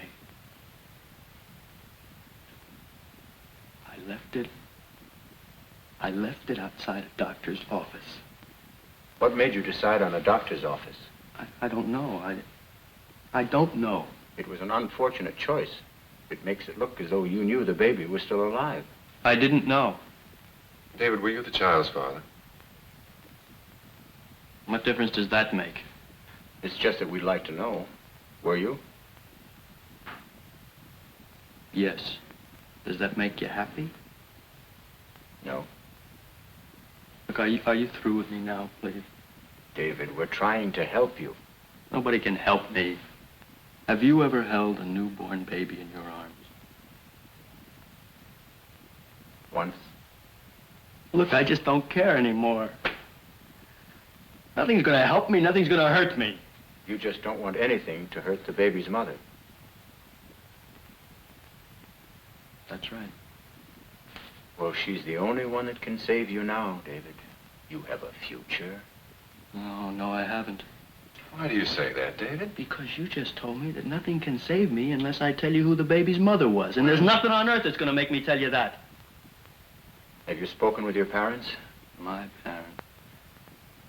The only thing that I ever meant to my parents was, something for them to brag about. Now they can't brag anymore. They don't care about me. I don't believe that. I'm sure it's not true. Maybe my mother does, I don't know. But not my father. Oh, boy, my father. If I know him, right now he's wishing I was dead. Therefore, remove sorrow from thy heart and put away evil in thy flesh, for childhood and youth are vanity. Remember now thy Creator in the days of thy youth, when the evil days come not, nor the years draw nigh, when thou shalt say, I have no pleasure in them, when the sun and the light and the moon and the stars be not darkened, nor the clouds return after the rain, when the keepers of the house shall tremble, and the strong men shall bow. I'm looking for Mr. Lewis Roth. Are you a member of the family? I'm his son's lawyer. Please, mister, if you don't mind. They've been sitting shiver for their son, David. It's the 7 days of mourning for the dead. But David is alive, and he needs his father. But because of what David did, his father considers him dead. I am David's mother. Did I hear you say you were his lawyer? Tell me, who gave him a lawyer? The court appointed me. I want you to understand. It wasn't a question of money. Money we can scrape up. Somehow you'll be paid. I accepted the case without fee. May you be blessed. How is he? Oh, he's fine, Mrs. Roth. He should have left the baby. Wrapped like a cabbage. To die. How have we sinned? Where's the justice? Isn't there enough shame on this house already? This man is a lawyer, Louis.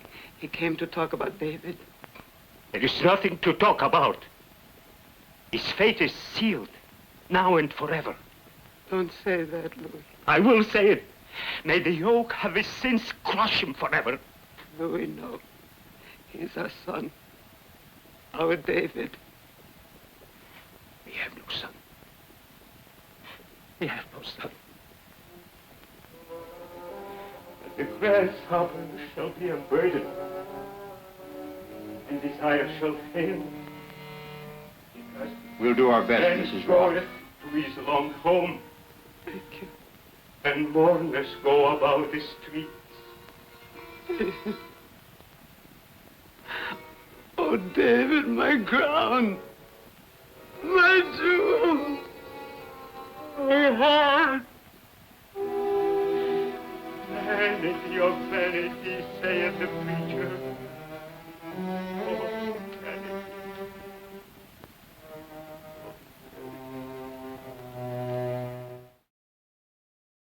The state intends to prove that the defendant knew the infant was alive when he abandoned it, that it was a premeditated attempt to dispose of an unwanted child. We shall prove without a doubt that despite the boy's years, the defendant was and must be found guilty. Mrs. Johnson, will you please tell the court how you came to discover the infant? Well, I was on my cleaning rounds, you know, and I just finished vacuuming outside of Dr. Lundy's office down the hall. He's a dentist. And I was going to mop outside of Dr. Malone's office, you know, and I heard this crying. It looked like just a little sweatshirt on the floor. It was just lying there on the floor? That's right. There was no note on it or anything? No. How did the infant appear to you? Oh, it's pretty sick. So, well, I called the hospital. Thank you, Mrs. Johnson. Dr. Griffith, at approximately 5:30 on the afternoon of the date in question, you responded with an ambulance from St. Francis Hospital to 943 West 27th Street, did you not? I did. When you got there, what did you see and what did you do? Well, the previous witness was waiting for us with a prematurely born infant suffering from an advanced case of hyaline membrane pneumonia. We took it immediately to the hospital, and it died in the emergency room. Did you form an opinion as to cause of death? Well, the death was pulmonary. The hyaline membrane pneumonia I mentioned earlier. And what is the cause of this pneumonia? Partly exposure, I should say. Exposure? About the clothes the baby was wrapped in, what did you do with them? It was only a sweatshirt. I gave it to the detective who arrived a short time after. I see. Thank you, Doctor. Your witness. Doctor, I assume you made the usual entries in the hospital records. Of course. Did you weigh the baby? I did. How much did it weigh? Just under 3 pounds. As a result of your observations, did you form an opinion as to whether it was full term or premature? It was obviously premature. How many months? Between 2 and 3 months. In other words, a 6-month baby. Or a 7-month baby. Aren't you sure? Well, it's hard to be exact without the mother's records to substantiate the term of pregnancy. Have you specialized in pediatrics, Doctor? No, pathology is my field. Then your opinion isn't necessarily an expert one, is it? On this case, it didn't take... Assuming that it was a 6-month baby, isn't it a fact that even under the best of circumstances, the mortality rate is high, even in hospitals? I don't know those statistics. You don't know or you don't care to tell me? Objection. Defense is badgering the witness unnecessarily. Overruled. I repeat, Doctor. Assuming it was a 6-month baby, isn't it a fact that even under the best of circumstances, the mortality rate is high, even in hospitals? Yes. No further questions. To what precinct are you assigned, Lieutenant? 106th. On the date in question, did you respond to a telephone call from St. Francis Hospital? That is correct. When you got there, what did you find and what did you do? I met Dr. Griffith, who just testified. I saw the baby who was already dead, and the doctor gave me the clothes that the baby was wrapped in. Do you recognize this item? Yes, it's the shirt given to me by the doctor. I offer this in evidence.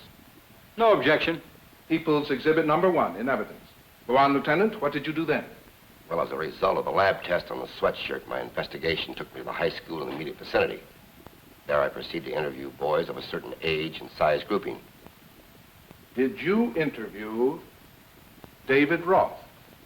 I did. Do you see him sitting here in court? Yes, it's the defendant. In words or substance, what did you say to him and what did he say to you? Well, as with the other boys, I asked if he knew about the baby. He said no. Then I showed him the sweatshirt. He started to shake his head, and he hesitated, and he said, yes, it's mine. It's mine, all right. I'm the one you're looking for. Order, please. Continue, Lieutenant. Well, I asked him to tell me what had happened. He told me that this girl, who he refused to identify, had born this baby. And he had taken the baby and left it at the doctor's doorway at 943 West 27th Street. Whereupon I took him into custody. Thank you, Lieutenant. Your witness. Lieutenant, did the defendant tell you anything else? What do you mean? Did he tell you the baby was dead when he left it at the doctor's doorstep? Yes. May I see your notebook, please? I don't find that written here. Didn't you write that down in your notebook? No, I didn't. Didn't you think that was important? Never mind. Thank you. Any redirect, Mr. McGuire? No further questions. State rests, Your Honor. In view of the hour, court will adjourn until 10 o'clock tomorrow morning. Just a moment.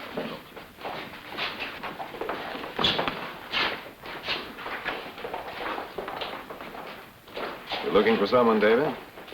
No. You're sure about that? Yes. You love her very much, don't you? Well, there's nothing wrong with that. It's just that I don't understand how you could have felt so little responsibility toward her. I don't know what you're talking about. You gave her a child, didn't you, David? Wasn't that wrong? No, we were married. I thought so. Well, how'd you manage it, David? You lie about your ages? No.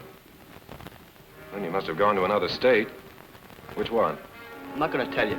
David, all it takes is a few telegrams and a search of the records. You might as well tell us because we'll find out sooner or later anyway. Will you leave me alone, please? Now, leave me alone. Guard! Take me away, please.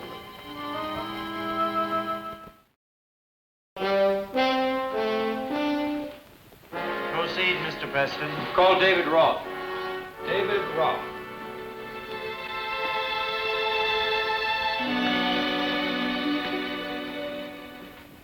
How old are you, David? I'm 17. On the date in question, did you leave an infant at the doorway of Dr. Malone's office, 943 West 27th Street? Yes, sir, I did. Who was the child's mother? I can't tell you that.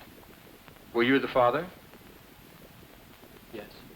In that case, you can tell us, was the child born out of wedlock? No. Will you tell us when and where you were married? No. Now, look here, young man. Mr. Preston is trying to help you.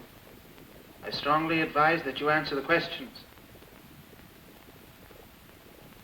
I won't answer. Now, David, since you are the child's legitimate father, why was it necessary to keep the marriage a secret? Objection. That's irrelevant. Overruled. Considering the age of the defendant, I think we can relax the rules a little. You may explore that, Mr. Preston.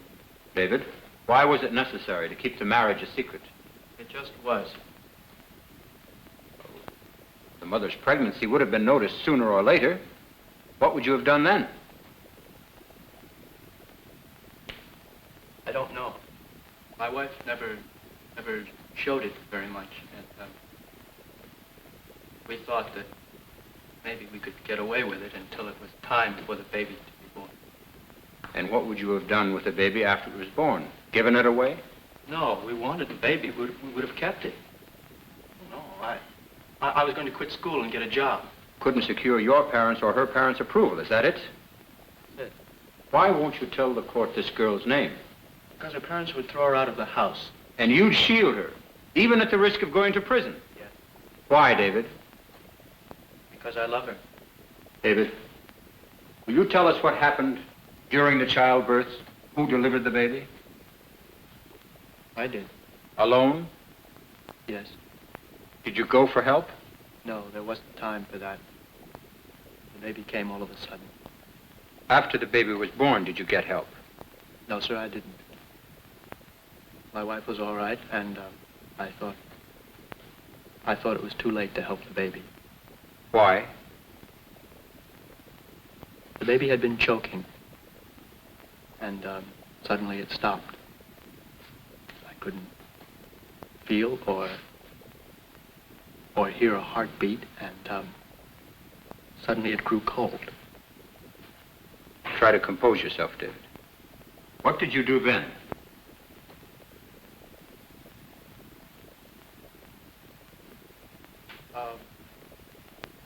Well, I didn't know what to do. So, when I saw the doctor's office, I left the baby outside. Did you know the baby was alive?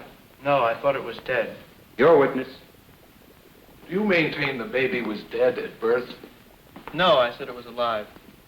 Was there anything to prevent you from calling a doctor when it started to choke? It would have taken too long. I couldn't leave them. A neighbor, anyone? There wasn't anyone. In a city of several million, there wasn't anyone? Not even a telephone? No, that's right. So, you undertook this grave responsibility all on your own? Yes. Are you a doctor? On what basis did you feel qualified to deliver a baby? I didn't feel qualified, but somebody had to do it. I told you before that there wasn't time to get anyone. Are you trying to tell this court and jury that you were in a place in the city of New York where a person can be so isolated that even a shout for help wouldn't bring someone? Yes. Where? I can't tell you that. Are you sure you didn't plan it that way? What do you mean? Isn't it true you planned to abandon the baby in advance? No! Isn't that why you didn't take her to the hospital or call for help? No, sir! Isn't it a fact the baby was unwanted from the beginning? No! You didn't think the baby was alive? Why did you leave it in front of a doctor's office? I don't know. What would you do if your baby died in your arms? Do you know? You knew it wasn't dead. No! You knew it was still alive, No! didn't you? No! Your Honor, No further questions.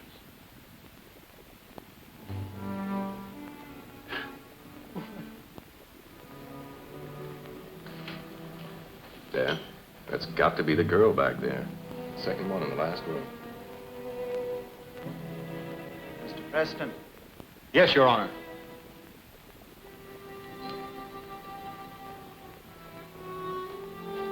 Is the child's mother in the courtroom? No. I think she is. Which one is your wife, dear? She's not here, I tell you. Isn't she? Isn't this your wife, David? Isn't it? No.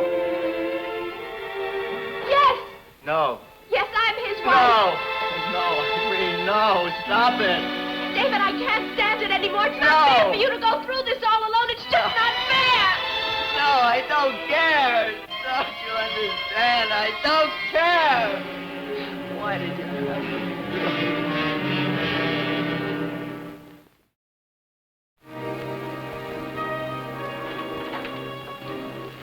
David, now that we know... I don't want to talk to you.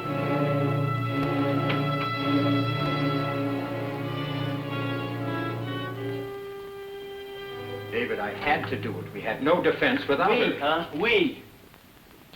Boy, all you're worried about is whether you lose a case or not, whether you look bad or not. You're not worried about us. I am worried about you. Oh, nonsense. I don't want you to go to prison. If I go to prison, that's my business. You have no right to push yourself into her life like that.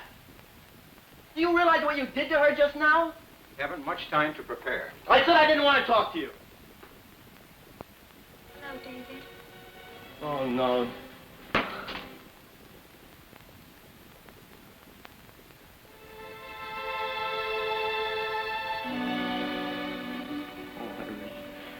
It's all right. Right. I'm so glad it's over. I don't think I could have kept quiet much longer anyhow. I'd have had to get up on my own sooner or later.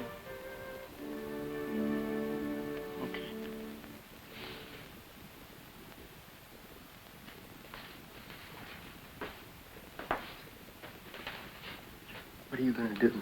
Hmm? You can't go home to your folks now. I said I'd be there.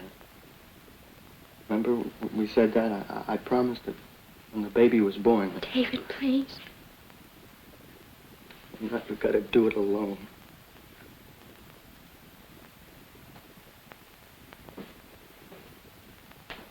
David, he's just trying to help us. He doesn't know your parents, Irene. He doesn't know what they're going to do to you. They don't matter anymore.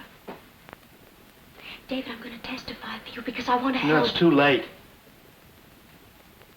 How can you say that? Because it is.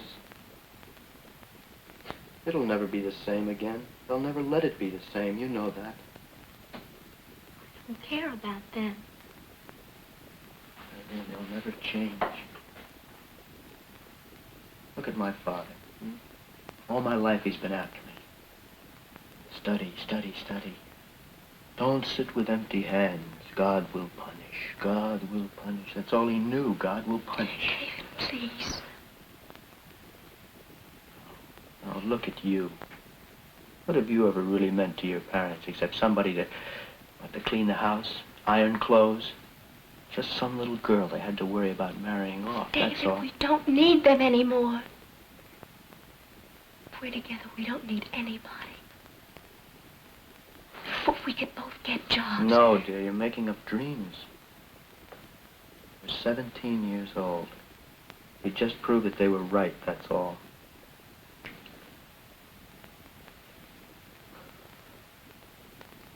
Do you really believe that? Don't you? I didn't think so. It seemed to me we could... We could what? What? Make a life of our own. Have another baby after this? Oh, no. Irene, I'm going to prison, that's all. Now, wait a minute.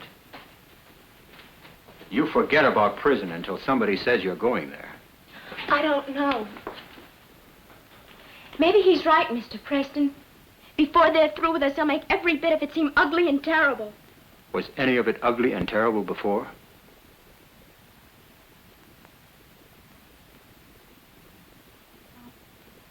Did it matter that you didn't have a real church wedding? That you didn't have a honeymoon or a threshold for the bride to be carried over? No.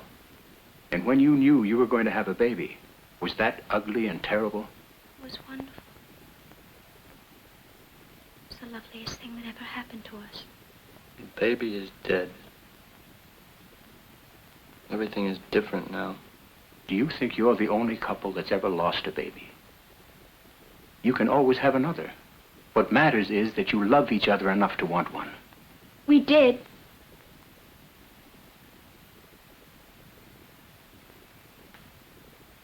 David.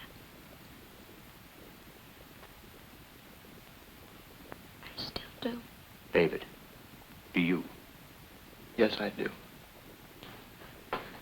But then nothing is spoiled. You've dreamed of being together for so long now. You've already been through the worst. Why wait any longer to let everyone know how you feel about each other? If I were as young as you two and had your years before me, I'd be tapping perfect strangers on the shoulder saying, "This is my wife. I love her. She loves me. We'll never be separated."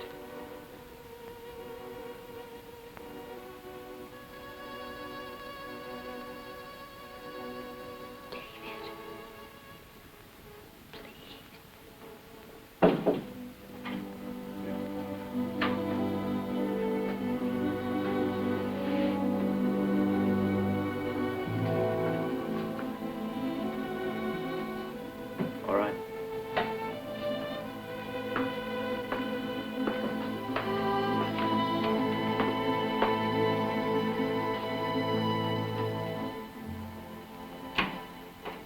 guess I got carried away a little. You were thinking about Mother when you were talking to them, weren't you? Just came over me. I began to think how lucky I was to have been loved by her. She often said she was lucky to be loved by you.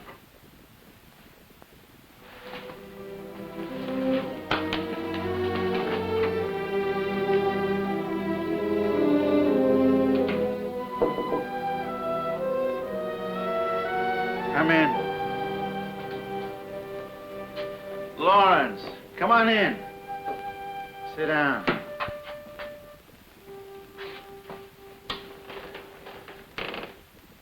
How's it going between you and the boy? I think we finally understand each other. Good. I kind of thought that you would get to him. Well, what can I do for you? You didn't come in here just to visit. I want you to do something about their parents. His parents still haven't been to see him? Have they been in court at all? Not even that. We can remedy that much at least. I'll have the boys' and the girls' parents subpoenaed. It'll be a little stronger than if you'd do it. Thanks, Ben. Lawrence, just don't look for miracles. If their parents are anything like mine were, they'll be as rigid as oak. Funny, Lawrence. This case has summoned up more memories than I care to reveal to anyone. I find myself, for the first time in many years, remembering half-forgotten phrases. Judge not alone, for none may judge alone, save one. Be wise, and love the truth. Be not wanting in tenderness and understanding. Do you know, Lawrence, it took 23 judges to make even a small Sanhedrin. When less than 3 judges were available, the decision was not considered valid. And now I sit here alone, judging a boy. Could have been myself. Dr. Long, as a pediatrician of many years standing, how many premature babies have you attended?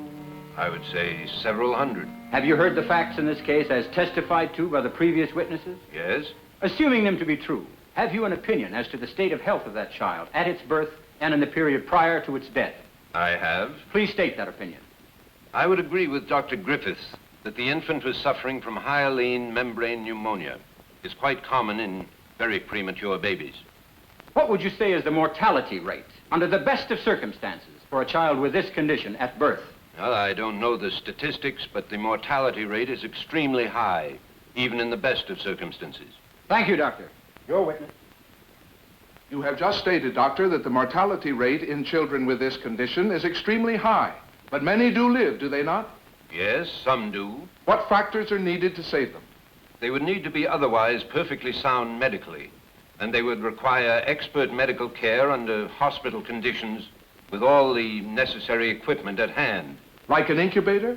An incubator would certainly be advisable. Could exposure in this case have been a major contributory factor to death? Not having seen the child, I can't say it was a major factor, but it could be a factor. No further questions. Dr. Long, could the lowered body temperature we have heard described be mistaken for death by a layman? Yes. I object. Sustained. Strike that out, please. One more question, Doctor. For an infant of this weight, what are the chances of survival under any circumstances? 3 pounds is considered a borderline weight. This child being less than 3 pounds, I should say, not very good. Thank you, Doctor. But many infants under 3 pounds do live with proper care, do they not, Doctor? Yes. That will be all. Have you any other witnesses, Mr. Peston? Yes, Your Honor. I call Irene Ross to the stand. Irene Ross.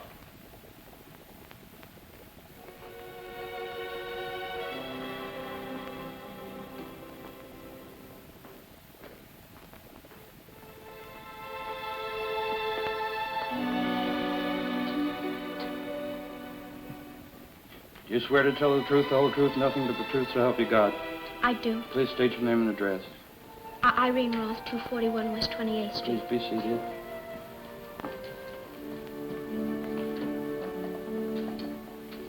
Are you the defendant's legal wife? I am. How old are you, Irene? 17. Since the defendant is also 17, and since neither of you had your parents' approval, how were you legally married? We went out of the state one day last summer. Had you told your parents about your marriage to the defendant? No, they wouldn't have approved, so we kept it a secret. Can you tell us why they wouldn't have approved? Because we're Greek, and his family isn't.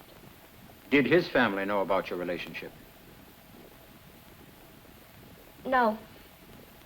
They wouldn't have approved either.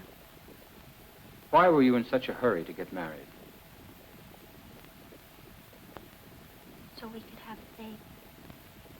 Can you tell us why you wanted to have a baby, Irene? Because we thought our parents wouldn't object to our marriage so much if there was a baby. We thought everything would be all right once there was a baby.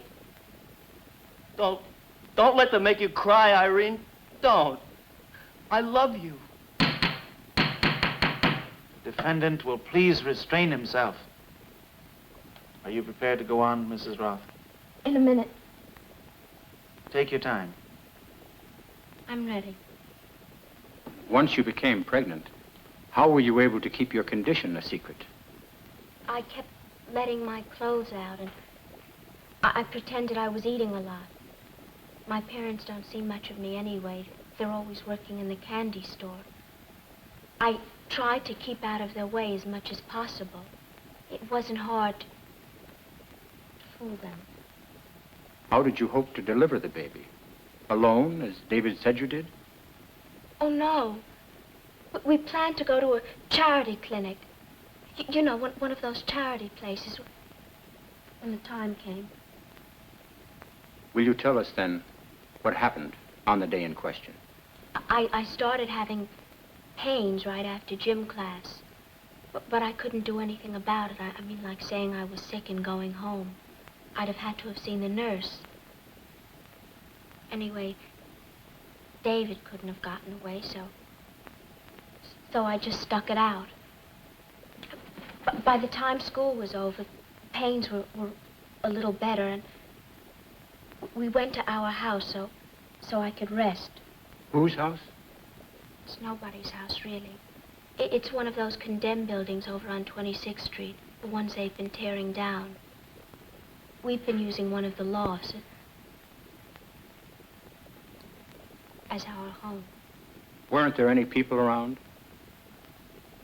Just in the daytime when the wrecking crews were there, but they couldn't hear us, not with all the noise they made. Go on. Well, after a while, the pains suddenly got worse. They got so bad I couldn't move. David wanted to run and get help, a doctor, anybody, but I was so scared I wouldn't let him go.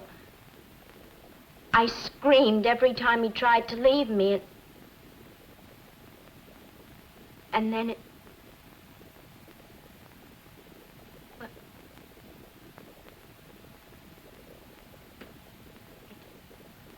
it was just born then. Do you remember its being alive? No, I fainted right after. When I came to, David was with the baby. I called to him, and I saw he was crying. He said, the baby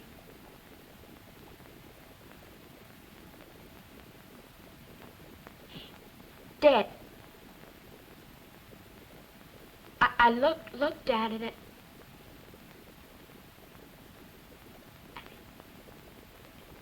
wasn't breathing.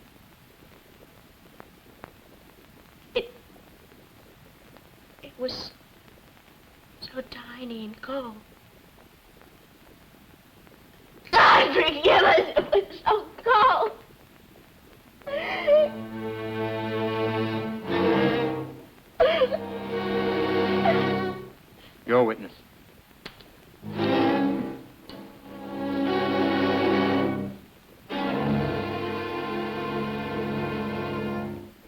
questions. You may step down, Mrs. Roth. This court will recess for 1 hour.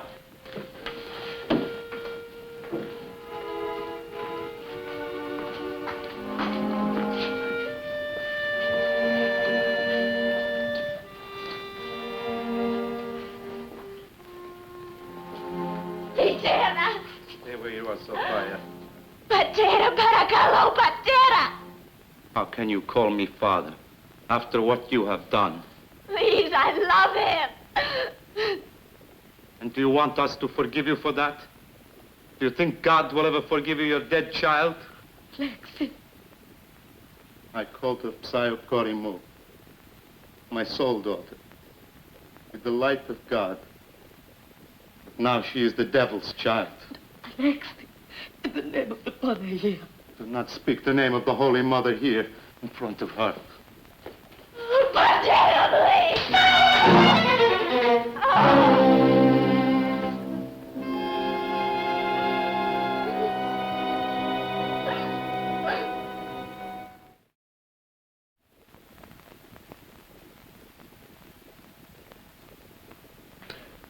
Now the recess is almost over. Look at them. Their children are drowning, and there they stand, filled with prejudice. Well, I suppose they call it pride. Pride. The more I deal with people, the less I understand them. Do you know how long they've known each other? 25 years. And look at them.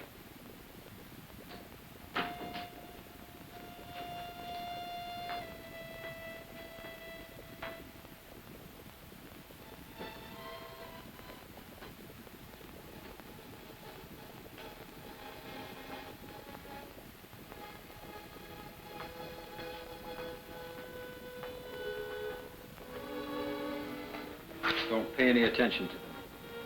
Guess I must look like a mess. You look fine to me. Thanks. Oh, you don't want David to see you looking like that.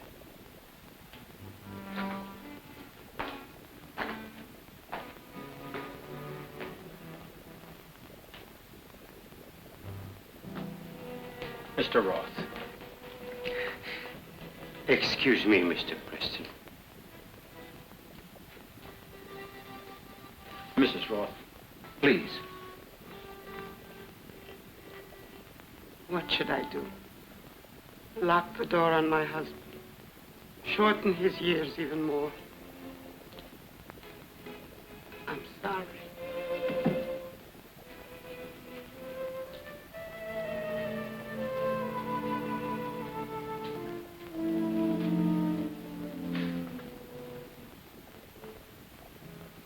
Mrs. Demas. Mister, I'm only a woman, you know. Alexei is my husband. What can I tell you? Just leave me alone. But please, tell Irene not to cry so much. It cuts my heart to see her cry so much. If you tell her, for me. I'll tell her.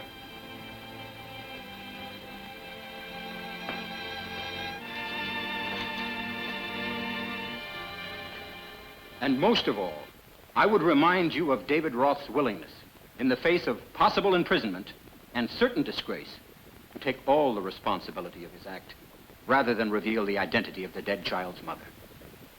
I would call that an act of love, of surpassingly tender and unselfish love. And I would have you consider whether such a boy would truly be capable of criminal negligence toward the child that was, ever so briefly, the first God-given evidence of this young love. We are asked by the defense to believe that the child was conceived for the purpose of overcoming the objection of the two families. Now I submit to you, ladies and gentlemen, is this not incredible? No, I say that the child was unwanted, and because it was unwanted, it was willfully allowed to die. I say to you that there was negligence, culpable negligence. and that there is only one possible verdict. Guilty as charged. Come in. Ben, you've got to do something for me. I want you to call the parents in here. For what reason? Because I ask it. Is that reason enough? Yes, of course.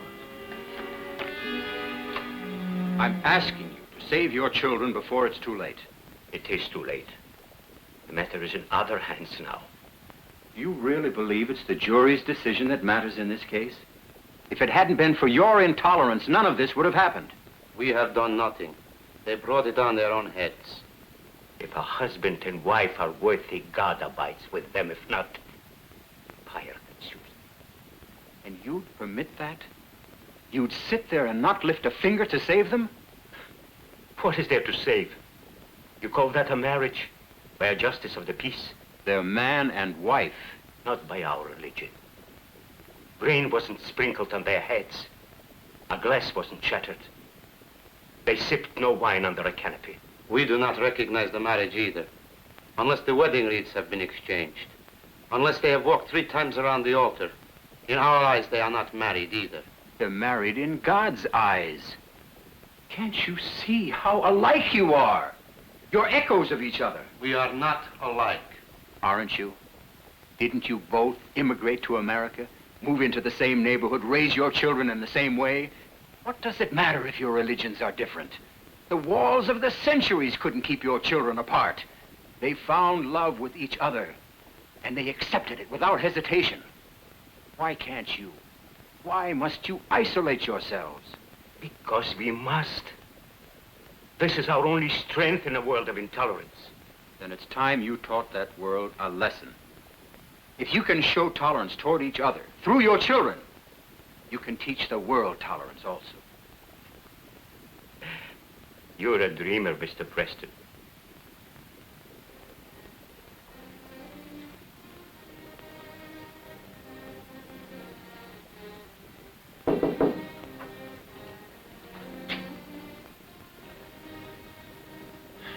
It's time to go, Counselor.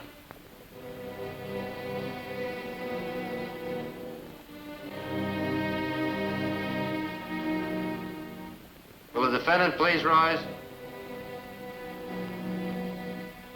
Mr. Foreman, have you arrived at a verdict? Yes, we have. What is your verdict? We find the defendant not guilty.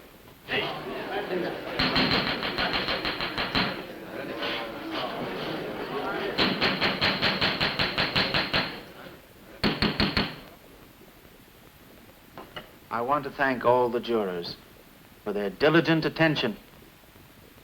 You are now discharged. The defendant is released from custody forthwith.